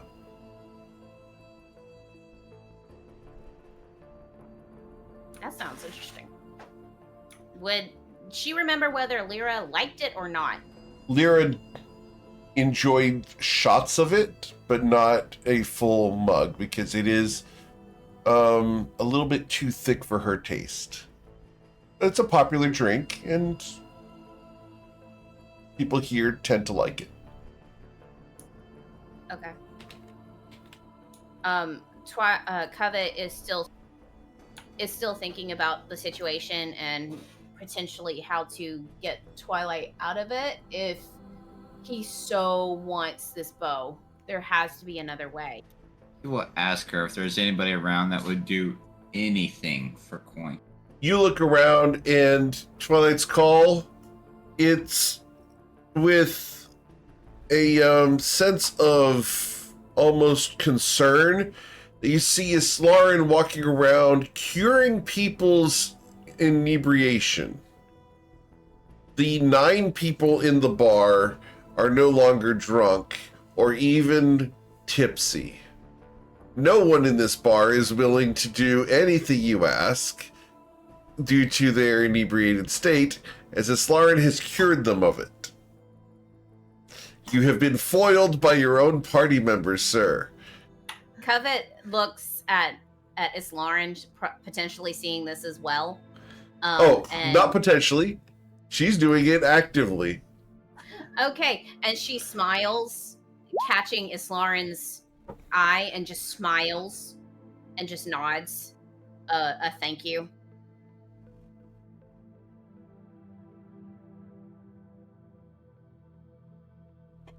So, do you drink the darkest night, Twilight?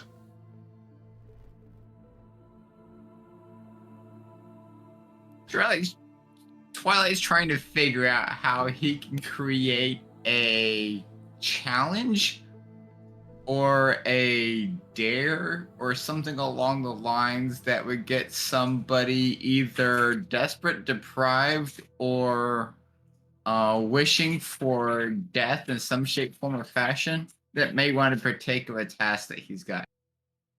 Okay, so while you attempt to figure that out, do you drink your beer? He'll sip on it. Okay. As you mix your uppers and your downers, sir. Say again? Is everything all right over there? I see webcams. Yeah, I just had an idea. I had an idea. Sorry. So, as you mix your uppers and your downers, Twilight's call, it's a decent beverage. If only you had the recipe, this would probably go over really well at the consortium or other places. This would probably be worth something to invest in, and something that potentially Ayla Taylor would be interested in learning about. However, she's outside on a leash with Winkle. Yeah, that doesn't even cross his mind. Very well. Covet leans forward and says, I am a cook myself. This is incredible. I was wondering, do you have anything? I don't know. I'm trying to find exotic drinks. This is really amazing, by the way. And she just lifts the mug and says, I'm wondering, do you have a drink called a willing kiss? A willing kiss? No, but I'm curious. What would be in it? After all, I can make almost anything. It would have to be sweet. It would have to be... She starts rummaging. So this is something we're going to invent now. Pretty much. Pretty much.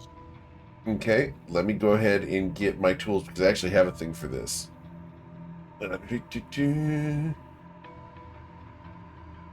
Okay.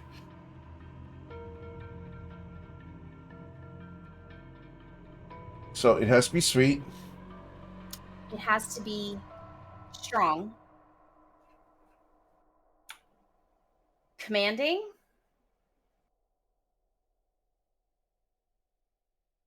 Okay. Something that you can relax with for a good long while. But also something that can take the edge off of a taxing day. So, let's see. How about this? And she's going to stretch her fingers, crack her knuckles, and she's going to produce a shaker. She's going to pull out a black bottle and begin pouring something out of it. It smells strong like rum. She pulls another bottle that's standing above the coffee cask, and she takes an ounce of that. It's a dark fluid that seems to match the color of the foam. You guys can recognize this as being some kind of dark chocolate liqueur. She grabs a red bottle and blops a half ounce of raspberry liqueur down into it. Next is a clear fluid that has black specks in it, a vanilla vodka for a 1/4 ounce for a smooth sweetness. She smiles lastly and goes over to the foam cask and opens it up, releasing just a half ounce of the heavy foam cream on top. And then she smiles, produces a small shaker, twirls it in her hands, swirling the contents. They don't get used very often, but will give it 1, 2, 3 dashes of grenadine for color and sweetness. And she smiles as she places a raspberry on top. Try this. See if this fits.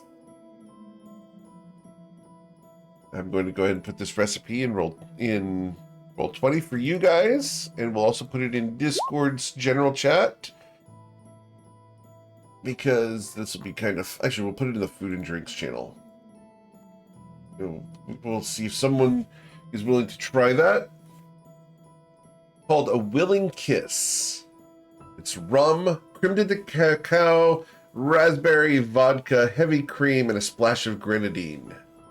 I know I'm making a run to the shop tomorrow. That's for sure. This sounds really good. So I just need the cream. Cool. So she takes she looks at her and smiles and says, "How much would this be?" Well, she's going to look at it and calculate everything. It's going to be a gold. She takes out the gold but keeps it under her hand. And once you taste it, she's going to taste it before she gives her the gold. Therefore, if there needs to be any modifications, it can be made. okay. As you lean over just a little bit to pick up the shot glass, she leans in, and for a moment, Twilight, just that barest moment, they got a little close before Covet's able to pick up the shot glass, and that distance is broken. It's that exchange of a bartender and a patron where they do get a little bit intimate in that exchange. So close. As Covet takes a willing kiss from the bartender. Yes. Okay. And because it's a shot, correct? I love the fact that, okay, you guys cannot see this right now, No, but Bwinkle is literally taking notes as to the recipe because he's going to go and make this as his homework, which I love. I do need a picture and a review. Yep, I will. This is what he does. So this is amazing. I love this so much. Please let us know. He probably honestly has a lot of it in his own. That's what he said. Stash, so Over the lips and through the gums. Okay. Look at stomach. Here she comes. so she drinks. He takes a drink of this a willing kiss cocktail recipe. Okay. And it's creamy and smooth. This tastes like something you should share with Twilight's Call, but without the shot glass.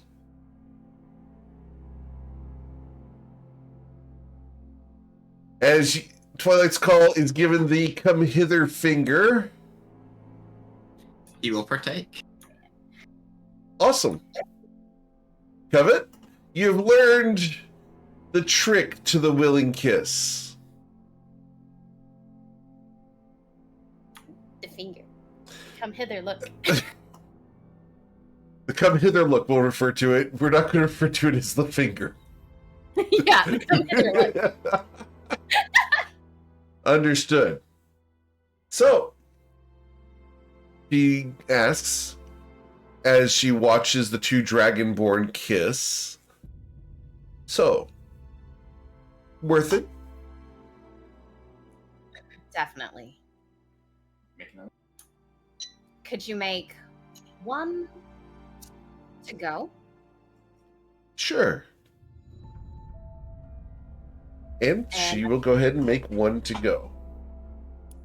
And she is going to give her 3 gold and say, yes, this is, it was a suggestion, but you made it into reality. So here is an extra gold as your tip for that. Okay. Cool. Awesome. Because a drink is not going to piss her off more than an actual.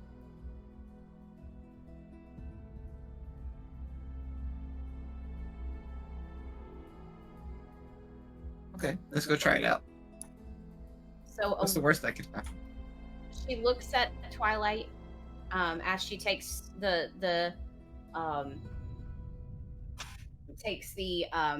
drink from the bartender and says, "It's a willing kiss. It's physical. It goes across the lips. It's everything that she stated that she wants."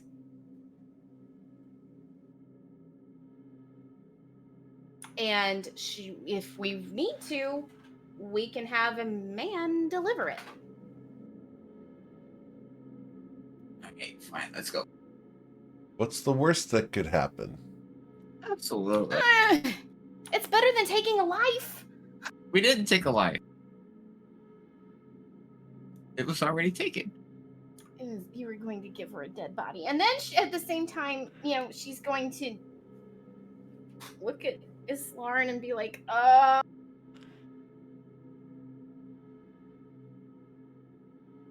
So, have a nice night. You too. And what was she called again? You guys didn't get her name, unless you want to ask it.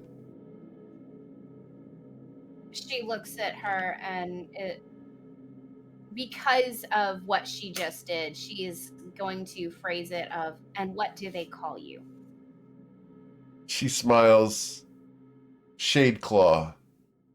Zenith Shadeclaw.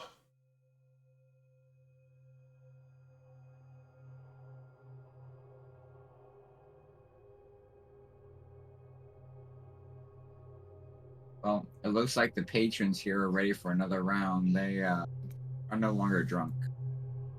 They're now enjoying their beverages without being poisoned by alcohol, so they can drink more and more, which is actually bringing in more money for Zenith, so she's happy with this.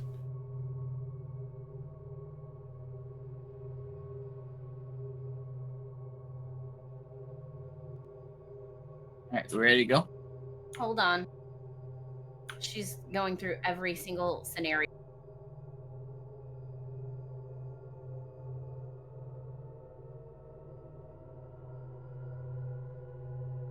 as Covet's trying to figure things out, trying to see if there's any contingencies that she may have forgotten when dealing with this figure that they don't want to engage with. Are you leaving the bar, Covet, with your vial of a willing kiss? Yes, I'm leaving with it. Okay. He has not accepted the deal, so he can always just say, no, I've changed my mind.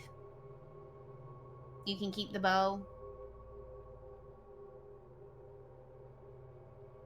But if he does go through with it, she's going to give him the vial of the Twilight, the vial of a willing kiss. Okay, Twilight, you've been given a willing kiss by Covet von Sin. Delicious. No, I did not drink it. Well, did you drink the first one that she shared with you? That she shared with me? Yes. Because she shared it without the glass. Right. Right. Cool. So, where are we going? What are we doing as you guys exit the bar? And I'm assuming Islarn is following as well. We're heading back to the market. All right, back to her hovel. Yes. Awesome. So, you guys can go ahead and return through the bog and the alcoves all the way back to Vraska. As you come through the bone curtain, she looks up. Welcome back. What do you bring me? Darkness stink? Originally, I thought about presenting a individual that had recently succumbed. That would have been more than accommodating for whatever it is that you wanted, but was told that that wouldn't have gone over very well.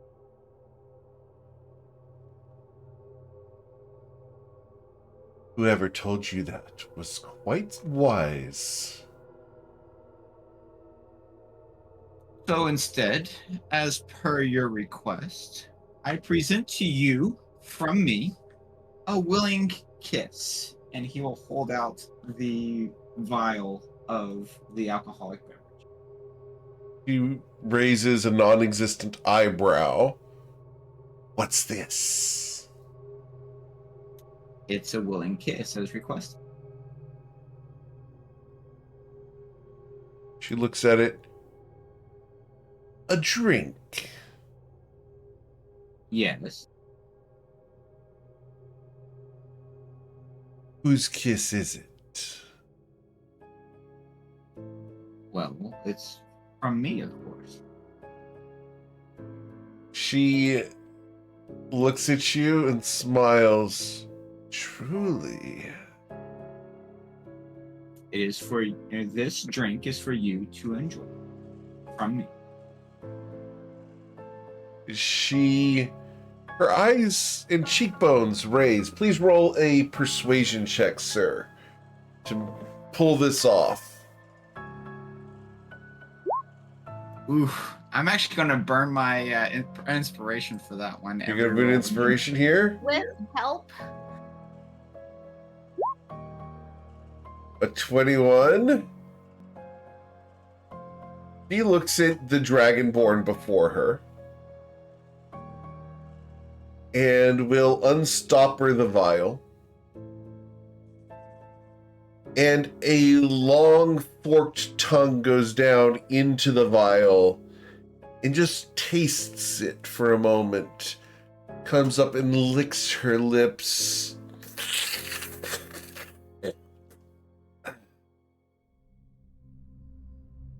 Puts the stopper back on and puts it in her pouch. I'm going to have to save the rest for later. Fine. Of course, a good, willing kiss must be savored and enjoyed. You cannot consume it all at once. No. A creative solution to maintain one's fidelity. Something that most Dragonborn wouldn't be doing. Especially ones who reek of the Shantara Grove. But Uh-oh. a deal's a deal. In exchange for the willing kiss from a man, and for the other materials you have given me, I give you the bow we discussed. The bow I took from the celestial known as the Hollow Star. And she's going to produce a longbow, and I unfortunately don't have the art for it because longbows are exceedingly hard to get art for. But it is a longbow that's about 6 feet long. It's as tall as you are, Twilight, maybe even a little taller. It's strung with what looks like drow hair.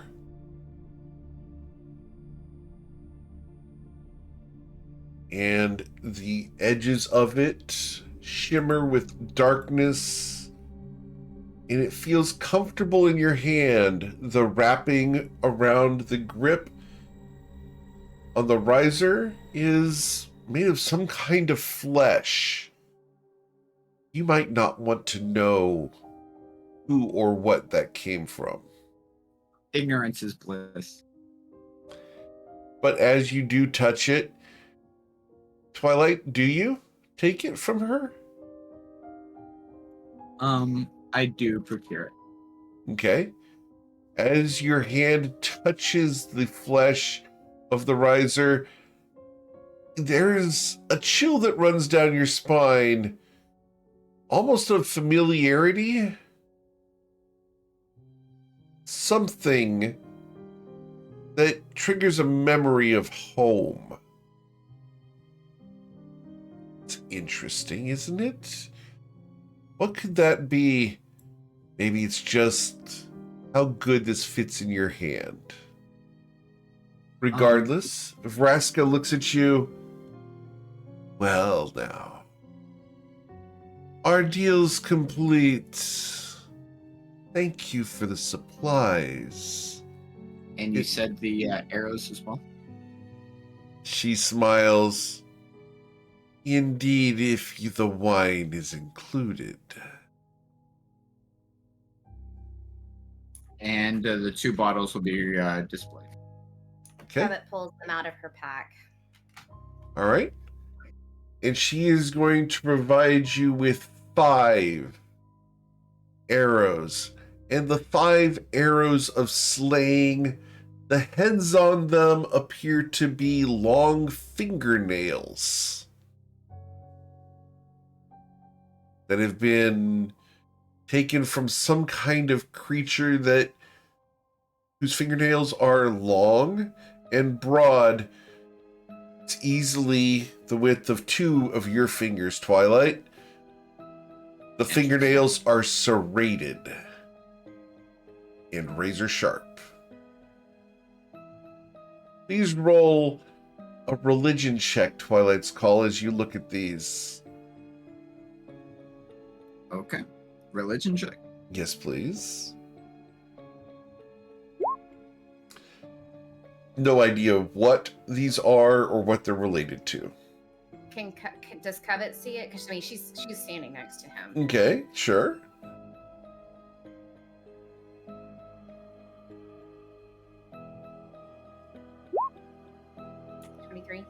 Do you have advantage on religion checks? I do.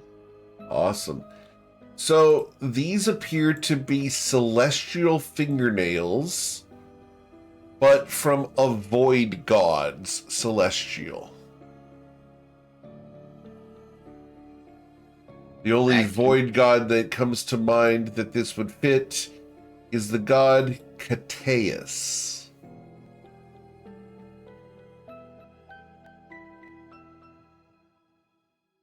And I will go ahead and give you his little blurb here because it's fun. I'm going to send this to you in Discord because I don't want it making it out to everybody.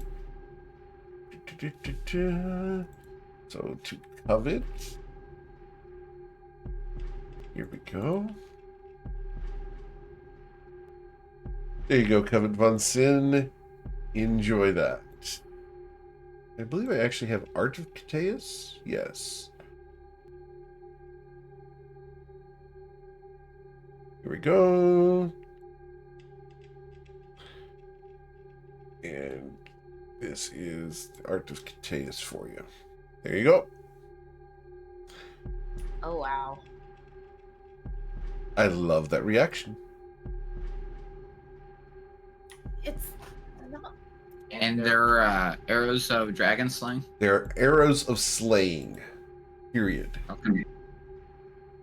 Oh, this is so not good.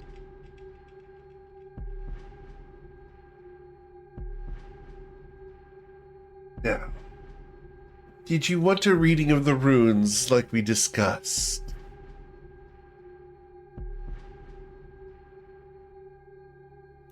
Please proceed.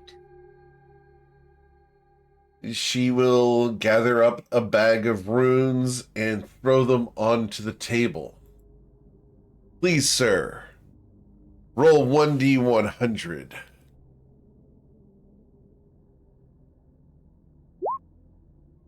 With a 30,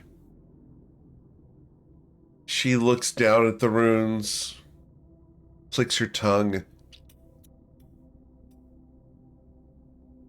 Shame. I wish I had good news for you, but wishes don't always come true. Dangers lie before you leave Cordrig Gruul. You've forgotten something, left something behind. And someone is taking advantage of you even now. Beware the Null. She is not your friend, nor your ally. Your ship is in danger. Should you choose to leave Cordrig Gruul by sea, you should hurry, lest you be stuck here for all eternity. Your escape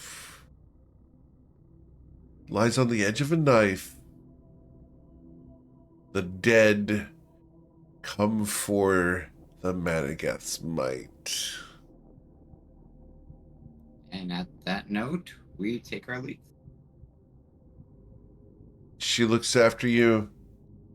Be cautious, friend, and may the bow not lead you to your end. The bones of the curtain jingle and clatter as you guys leave.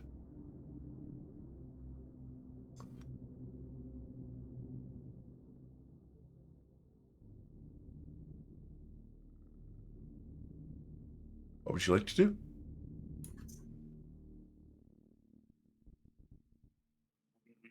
Make our way back to the boat. Okay. In a hurry. Awesome. Quickly. Run.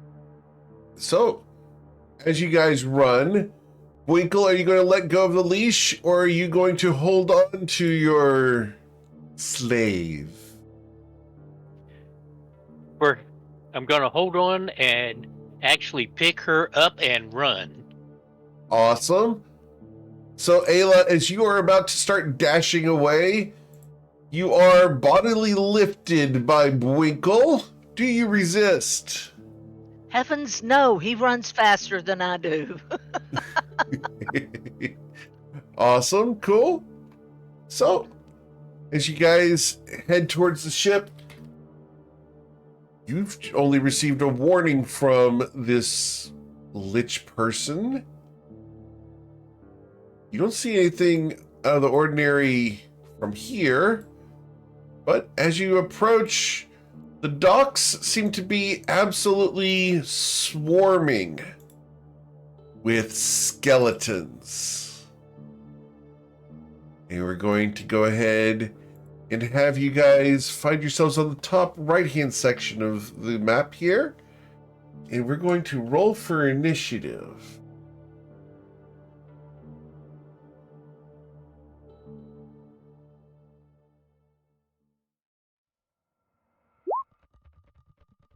That's a lot of skeletons.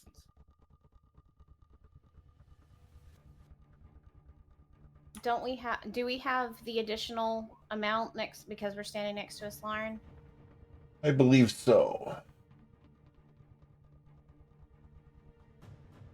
Is it +5 or +10? And you can just type that. I believe it's a +2? Or 3. I don't remember. This is why I'm asking. What's the bonus? +4. +4 from her, she said. Understood.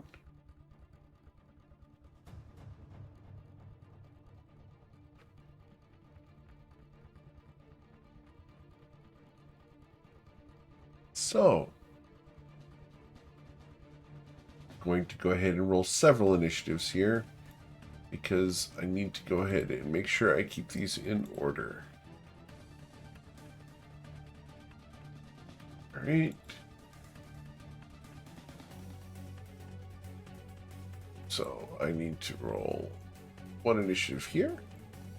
I need to roll this thing's initiative there. I need to roll this guy's initiative here.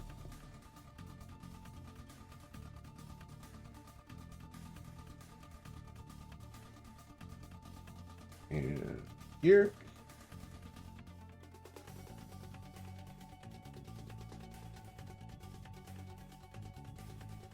And here we go. Here she is. Awesome. Cool. Oh, one more I have to roll. Sorry. There's so many mobs here. This is going to be a difficult thing to track. All right. So, going down the order here, we're going to start with Twilight's Call. All right. Seeing all of this, that can't be good. He's going to actually focus on this big dude here and begin to shoot.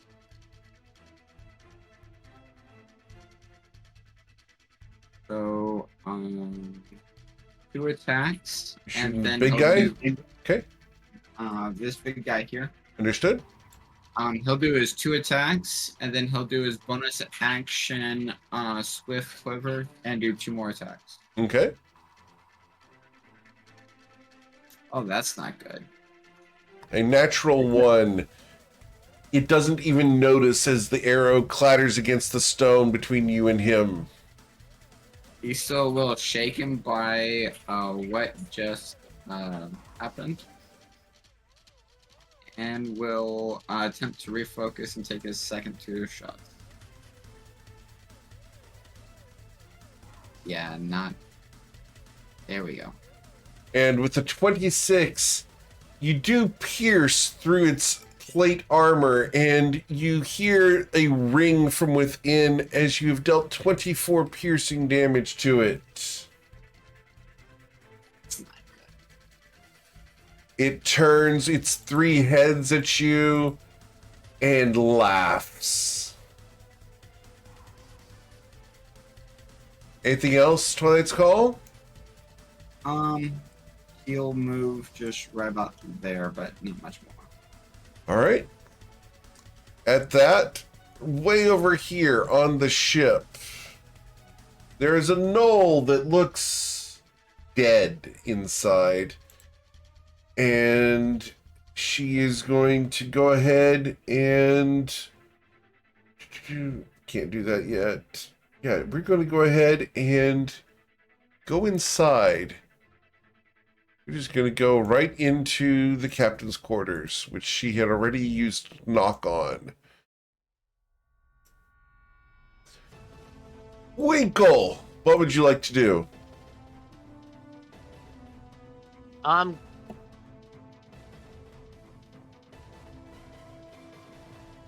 Okay, I'm gonna go and shoot at this guy, The big guy? three-headed guy. Yep.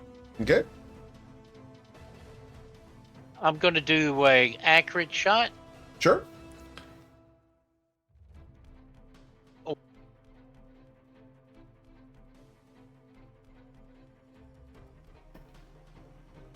The little longbow off to the left-hand side there.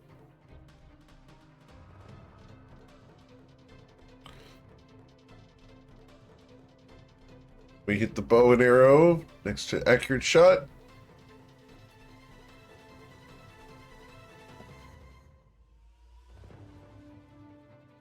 Is it not coming through?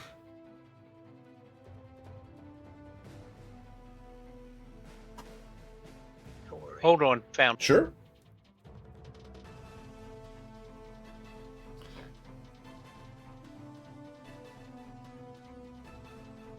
Done.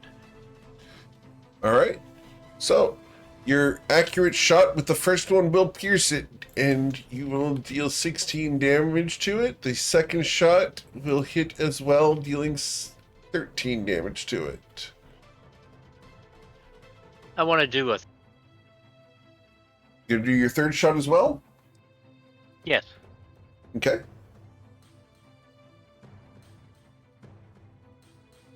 This one also an accurate shot. That will also hit. Yay. Excellent. Anything else, Winkle? Nope, that's it. All right.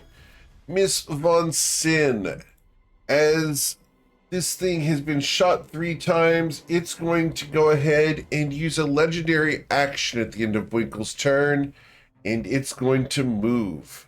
And it's going to move 30 feet along the docks to here. What would you like to do, Cousin Von Sin? Okay, so with everything that has happened and knowing everything that has gone the wrong way against everything that she has been fighting to continue to believe and have faith in, she steps forward to here and she points at right here. I think this is Sure. as far as I'll make sure on the distance. Let me just check on the distance. Oops, hold on. You were talking right here, correct? I think so, but I want to make sure that the distance is correct. What are you trying to do? It should be snap to corner if you're doing a spell in that area.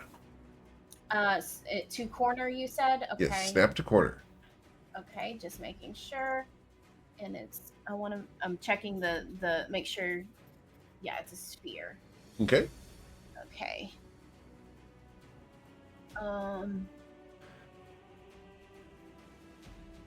Yeah. So we're gonna bring it back here. Okay. Okay. She's going to drop the circle of death because she is just angry. Awesome. Cool.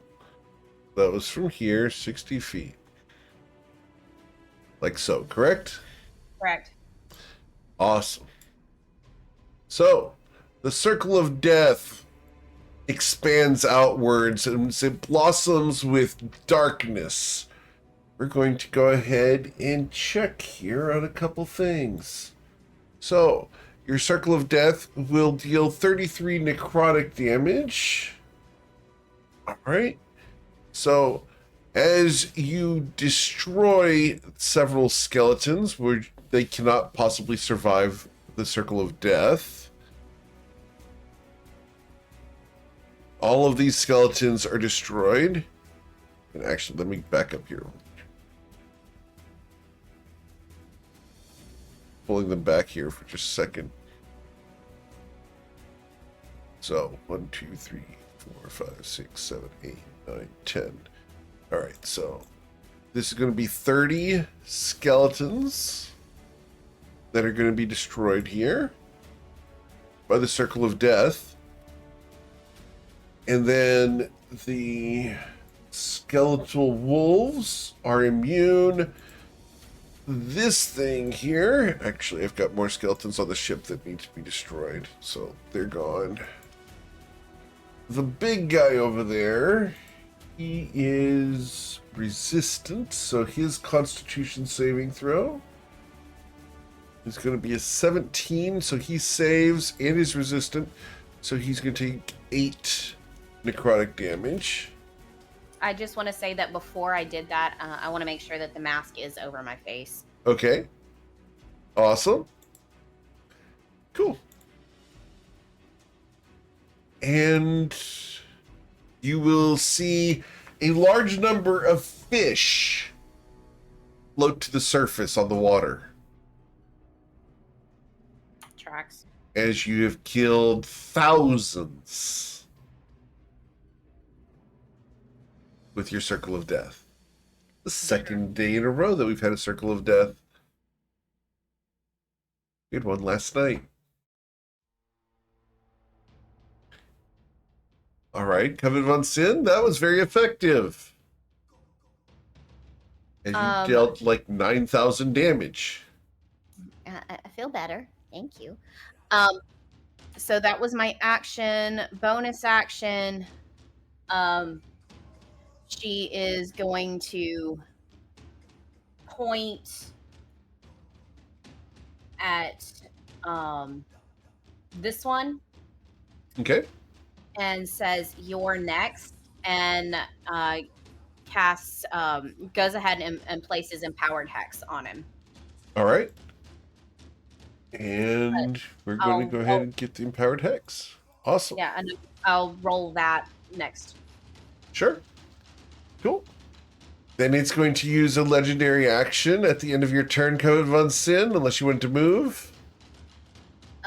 She is going to step back here for sure, and knowing that there was a potential of a legendary action with Winkle, she's going to prepare, be ready for a legendary action again. If it's a spell, then she's going to cast her reaction. All right. It moved 30 feet as its legendary action. Okay, cool. The skeletal wolves are then going to move, and we are going to... Before they go, Oh, go ahead. I was going to say, Awen and Ayla should have gotten +4, so they should be at 17 initiative. Okay, let me go ahead and correct that. Just saying, Ayla and Winkle's art is just amazing. It is really cool. All right, Ayla, what would you like to do? Okay, we're moving up. Where was it? I had something. Yeah. I'm going to move forward just a little. Yeah, let's do that. And then at big funky guy up here, Yes. I'm going to shoot a sacred flame at him. Sure. He's going to roll a dexterity saving throw against your sacred flame once you've cast the spell. There we go. So the dexterity saving throw is going to be a 21. The sacred flame washes over him and he takes no damage from it. Of course not. So at that point in time, I pull out spiritual weapon. Okay. And yeah, 60 feet. I mean, I'm within close enough to him. So we'll throw spiritual weapon, the giant turkey leg, at him. Okay.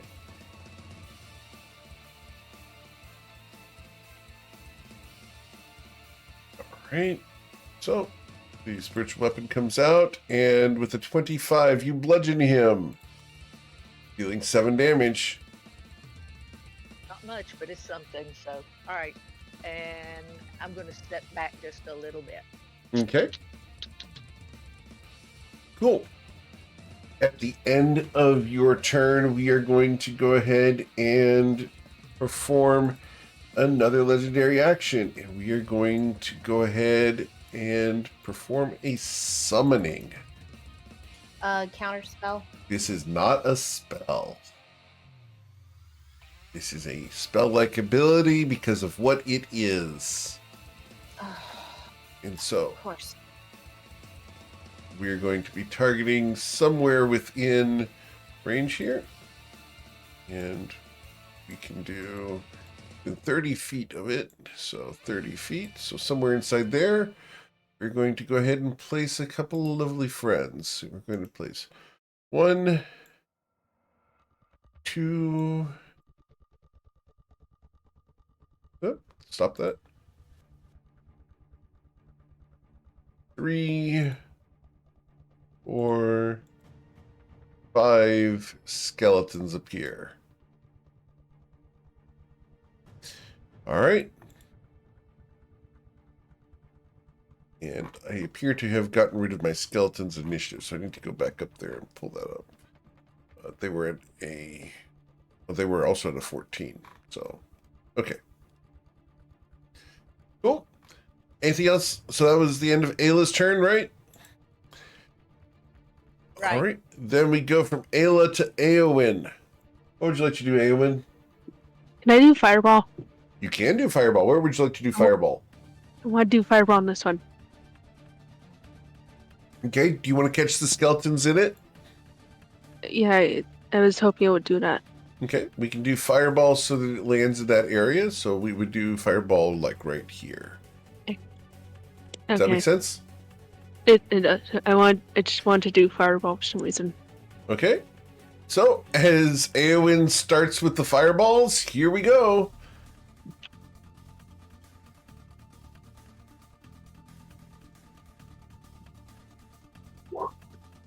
All right. So there's a chance that the skeletons could survive. We shall see. 1, 2, 3, 4, 5. All right. So this one's gone. This one's gone. This one's gone. And those remaining 2 survive, but have very few hit points. All right. Then the big guy over there, his dexterity saving throw against the fireball that you just erupted, is going to fail, and he will take the full damage. 26. Excellent. As the fireball explodes over there, is there anything else you'd like to do? Yeah, just a bit forward. Okay. As Eowyn moves forward, the skeletal wolves are going to move and dash. And we're going to dash 100 feet to here.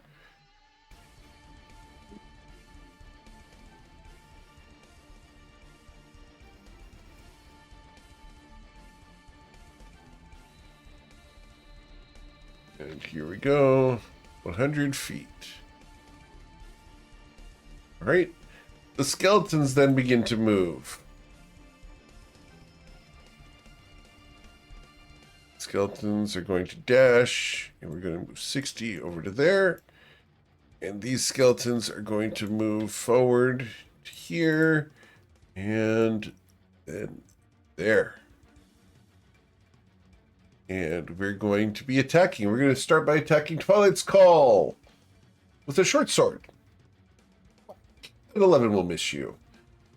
And then the other guy is going to choose to either attack Twilight or Eowyn. And that's Eowyn. A 7 will miss you as well. All right. Cool. Then it becomes the Skull Lord's turn. The Skull Lord here is going to cackle maniacally, and he's going to We're going to start with enabling an aura called Master of the Grave. And you cannot counterspell this, unfortunately. I figured. That's why I stopped. Yeah. So, as he does that aura there, the undead creatures in that area appear stronger. They appear fortified. And then he's going to target one of the people in the group, and we're going to make 3 deathly ray attacks against the same person. So, 3d6. We're going to... Oh, sorry. It should be 1d6. 1d6. We're going to focus fire. Twilight's Call. We're going to fire 3 deathly rays at you. The first one will be a 24 to hit you for 23 necrotic damage. I am resistant to necrotic. You'll take 11, sir. The second deathly ray is going to deal 14 damage to you after your resistance. Okay. And then the third one is a 12 to hit you. That will miss. That's-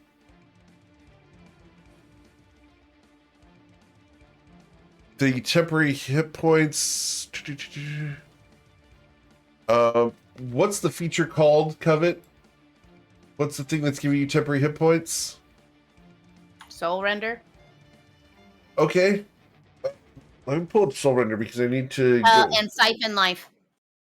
All right. Siphon Life is. Yep. I get you to display Siphon Life while I pull up Soul Render. It's given to me by oh gosh, I gotta make this bigger now so I can see. Yeah, just click on Display VTT once you've got that.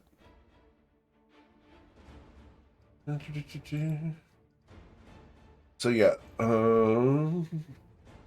you don't get it from the One of those things that dagger. Leslie gave me. Right. I gotta find it now. Okay. Life Siphon. Life Siphon. Okay. What's it So say? is it total is 17? Okay. Is it a total of 17 or is it more than that? That's the question. So it's total. You gain temporary hit points equal to your charisma modifier plus your warlock level. So it should be, what's your charisma modifier? +5. And you have 12 levels of warlock. So yeah, it's 17 temporary hit points. Okay, just making sure. Yes, ma'am. Because those don't stack. You just get up to the highest level. That's why I'm asking. All right. So the Skull Lord has blasted Twilight's Call 3 times. The Bone Collective does not do anything yet except for move. And so we're going to actually move. And here. And we're going to concentrate. Oh no, I can actually reach there. So within 30 feet of the Bone Collective, I have 4 skeletons. Awesome. So he's going to empower those and turn those 4 into a Bone Collective. Right. All set. Lauren, what would you like to do?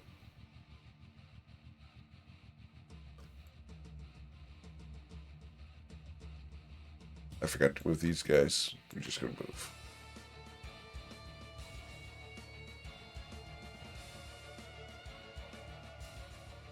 Protection from evil and good.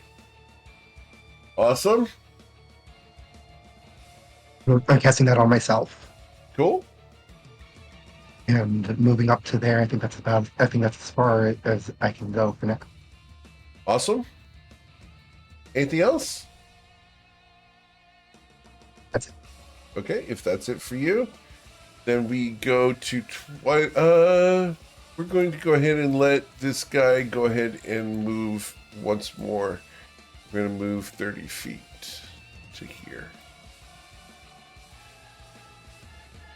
Twilight, what would you like to do? Alright. I really don't like being in melee at the moment. So I'm going to take 2 swings. Excuse me. Bonus action, going to activate my animated shield. Okay. And then I'm going to take 2 strikes at this thing with my rapier. Okay.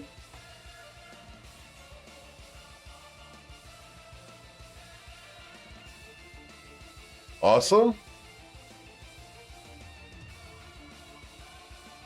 How much health does he have? So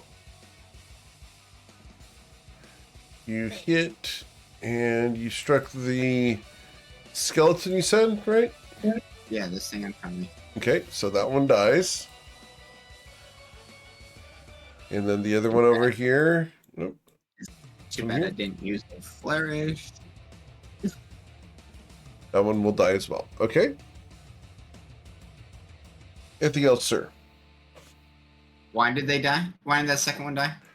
Oh, I thought you used 2 items there. I'm sorry. That was just the one. Okay.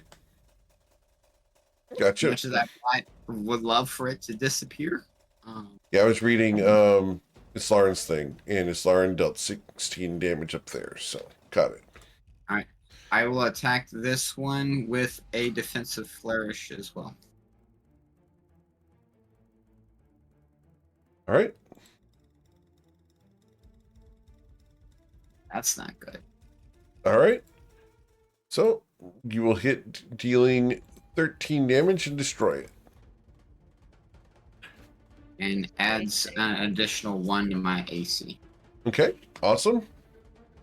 Taking it up to 22 at the current. Sweet. Anything else? I will move over here next to Covet. Cool. All right. So after Twilight's Call, it's going to be another legendary action from the Skull Lord. And the Skull Lord is going to go ahead and, at this point, we're going to fire a Deathly Ray. Or attack with the Skull Staff. So roll 1d6. We're going to fire the Deathly Ray at Ayla Taylor. Ayla, a beam of darkness goes towards you. Does a 15 strike you? Oh, Nope. Okay. this All right. My Knoll character does something inside of the cabin. You guys don't know what that is. Winkle, what would you like to do? I'm gonna go after the big guy again. Okay. I'm gonna use a accurate shot. Sure.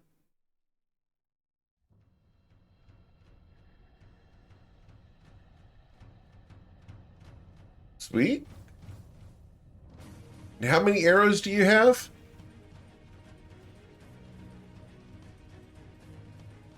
I don't know. Hold on.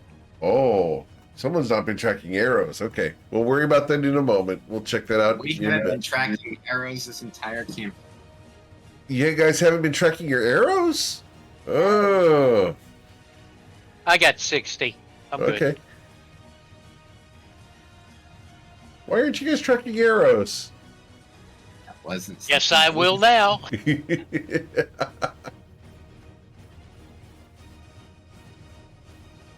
I'm also gonna take another shot at him. Sure. As you did hit him for 15. Yeah, you did. There we go. A 16 pings off of his armor. Yep. All right. It made me mad. I'm gonna do. Okay.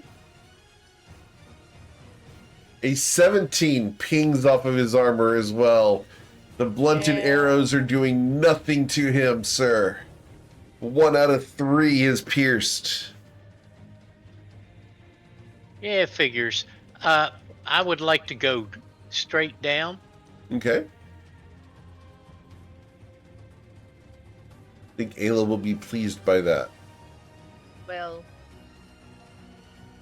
we'll see. As you'll stand behind her.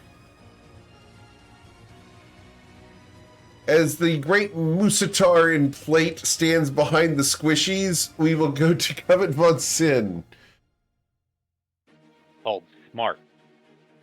It's called smart.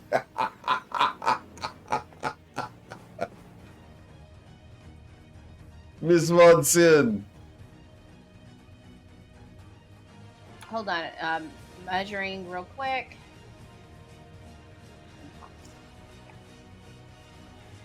Yeah, there we go. There. Okay, cool. All right. So she's gonna look at Twilight, say, "I love you," and try to do something really cool. And she's going to go ahead and hit this guy, big dude, with God, where is it? Eldritch Blast, the first one. Okay.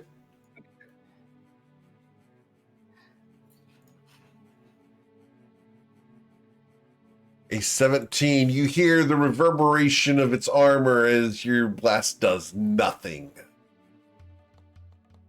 She gets very, very upset, and she does Eldritch Blast again. As one does. That one hits a bit harder. It does, and manages to dent its armor slightly. And she has The hex. Empowered Hex. Yes. Excellent.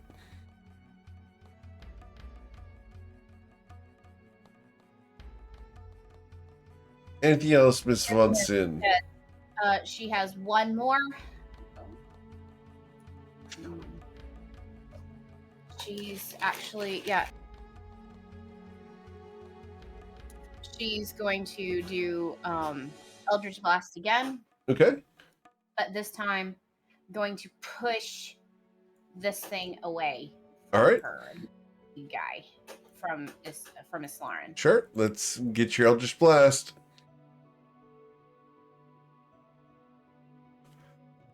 17. Bing! It does not get pushed backwards. And with that, she moves down here. Okay. As you move behind someone with less AC than you, once again.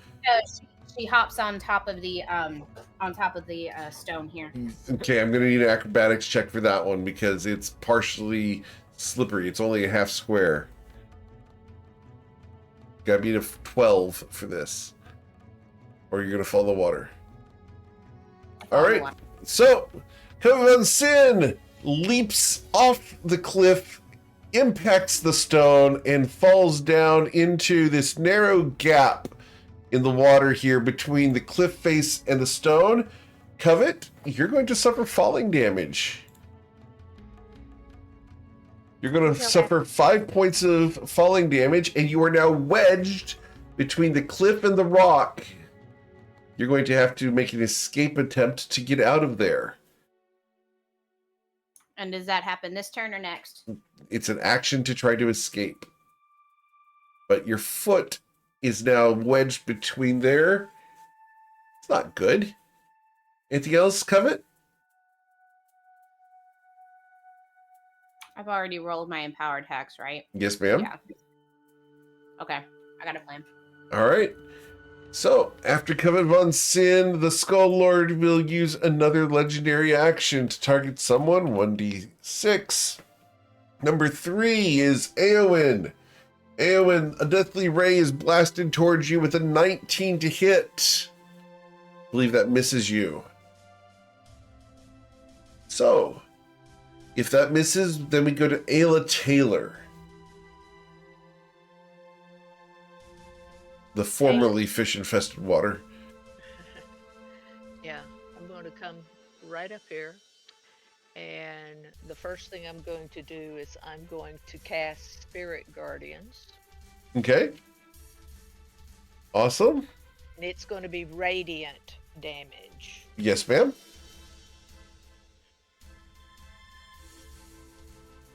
So they'll have to have a wisdom save of 18 to escape 28 damage. Okay. That's when they Okay. enter that area. Or start their turn. Yes. And then, yeah, I'm going to take. Then I'm going to take the spiritual weapon and move it over here next to Skeletor or whatever his name is, and cast spiritual weapon. Okay. And that will swing and hit, dealing 17 force damage. Excellent. And I'm just going to stand right here. Sweet. After Ayla Taylor, we go to Eowyn. What would you like to do, Eowyn?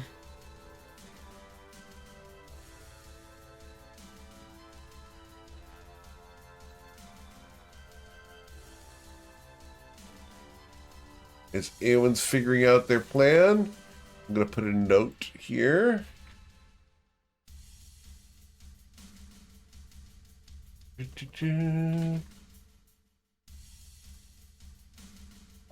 How far are these? The ones on the dock?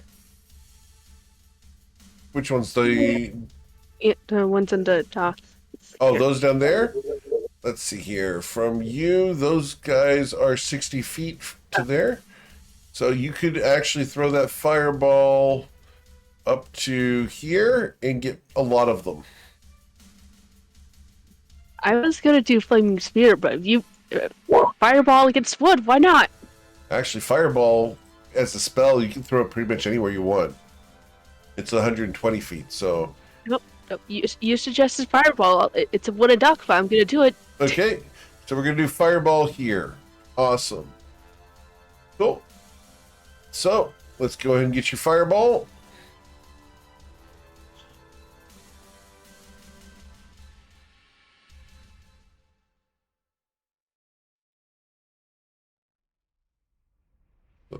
There.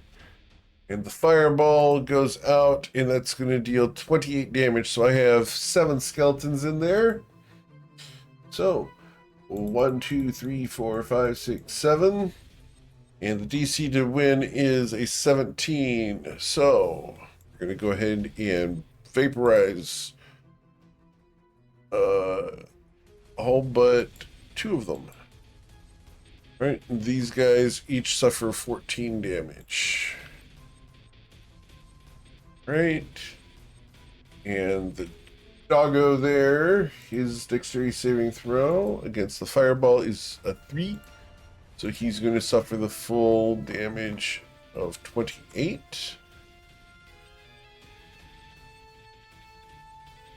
Got it. Very effective there, Eowyn. Anything else you'd like to do? Well, if anyone needs after this, I do have water walk, so... Awesome. Cool. Eowyn, we go to the skeletal wolves.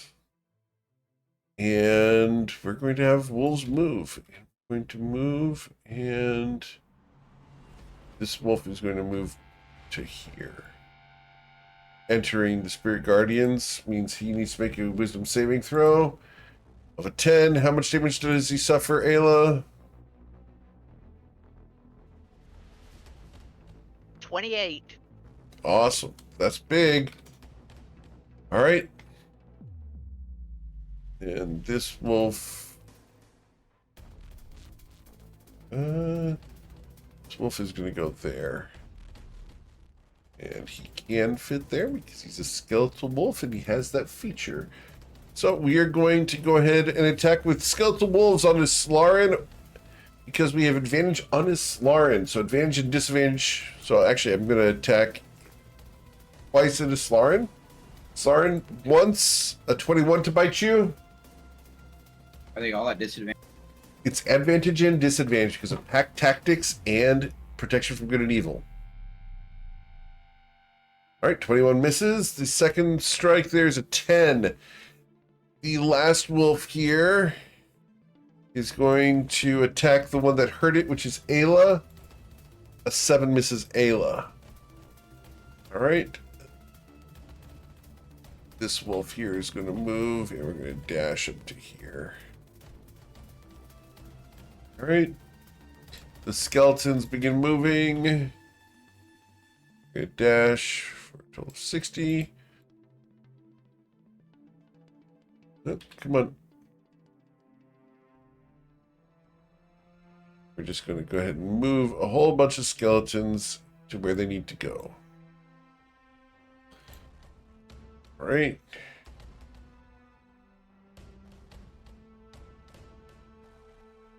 And that's them. All my skeletons are going to be moving, yes. All right, then we go to the Skull Lord. And the Skull Lord looks down at this situation and sees that this is unpleasant. So we are going to go ahead and... we're going to go ahead and use a cone effect. As it holds out its hands, it's going to be casting a spell. Does anyone wish to do anything about this? You're going to try to counterspell this. Excellent. I need you to roll your charisma check because this is a 5th level spell. I cast at 5th level. Okay. Well, you didn't say that beforehand, so no. You can send counterspell. Well, all my spells automatically start at 5th level. Oh, they all start at 5th level? Okay. So you have counterspelled a cone of cold that was going to deal 8d8 damage to the party. I was going to get all of you. I was going to do a cone like so and just get everybody in it. Just for everybody to see. There you go. It is at 5th level. Awesome. Yeah, 5th level. So as you have counterspelled it, it looks at the situation and is discouraged. And it can make one bone staff attack. With a 14, I will miss Islarin. Not Covet. Covet's the one who counterspelled me. All right, the Bone Collective is going to move, and we're going to move 80 feet to here. As the other Bone Collective returns to the wheel of the ship. The skeletons are going to work on raising anchor.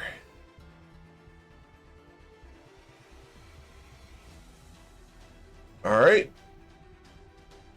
So, that's where we're going to go to Islarin Shonozath. Islarin, how are we going to end today's session? We'll shout, Twilight, Covet, can you get to the ship? And I will attempt to... Go for it. Oh, no, go ahead. If I can get to the dock, I could potentially get to the ship. The dock is 20 feet off the surface of the water, just for the record. So, it's not swim over and go up. You're going to have to climb up to get onto it. Yeah. Cool. All right. So, Islarin, what do you want to do? And then I will attack. Okay. Probably not getting there without going through this thing. All right. And so you're attacking the Skull Lord? Yep. And I'm going to smite with that. Okay. And it is an undead. Just level smite. Awesome. So you dealt 22 points of damage to it. As a radiant energy bursts against it, you see a glowing cleave into its armor. Second swing. A second swing also strikes it true. Are you going to smite on this one as well? You know what? Yes. Okay. Second level.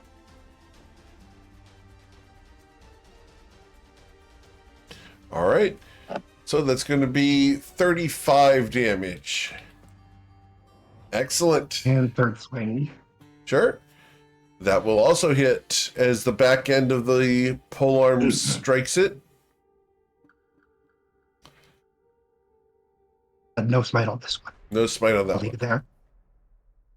Awesome. Cool. So, as you guys have the undead across the Manigath's Might, you don't see any sign of the Fantastic Four or Rolmos. We're going to have to figure out what happens next time here in Cordreg Gruul. Hope you guys are enjoying this content. As always, guys, thank you so much for choosing me to be your GM.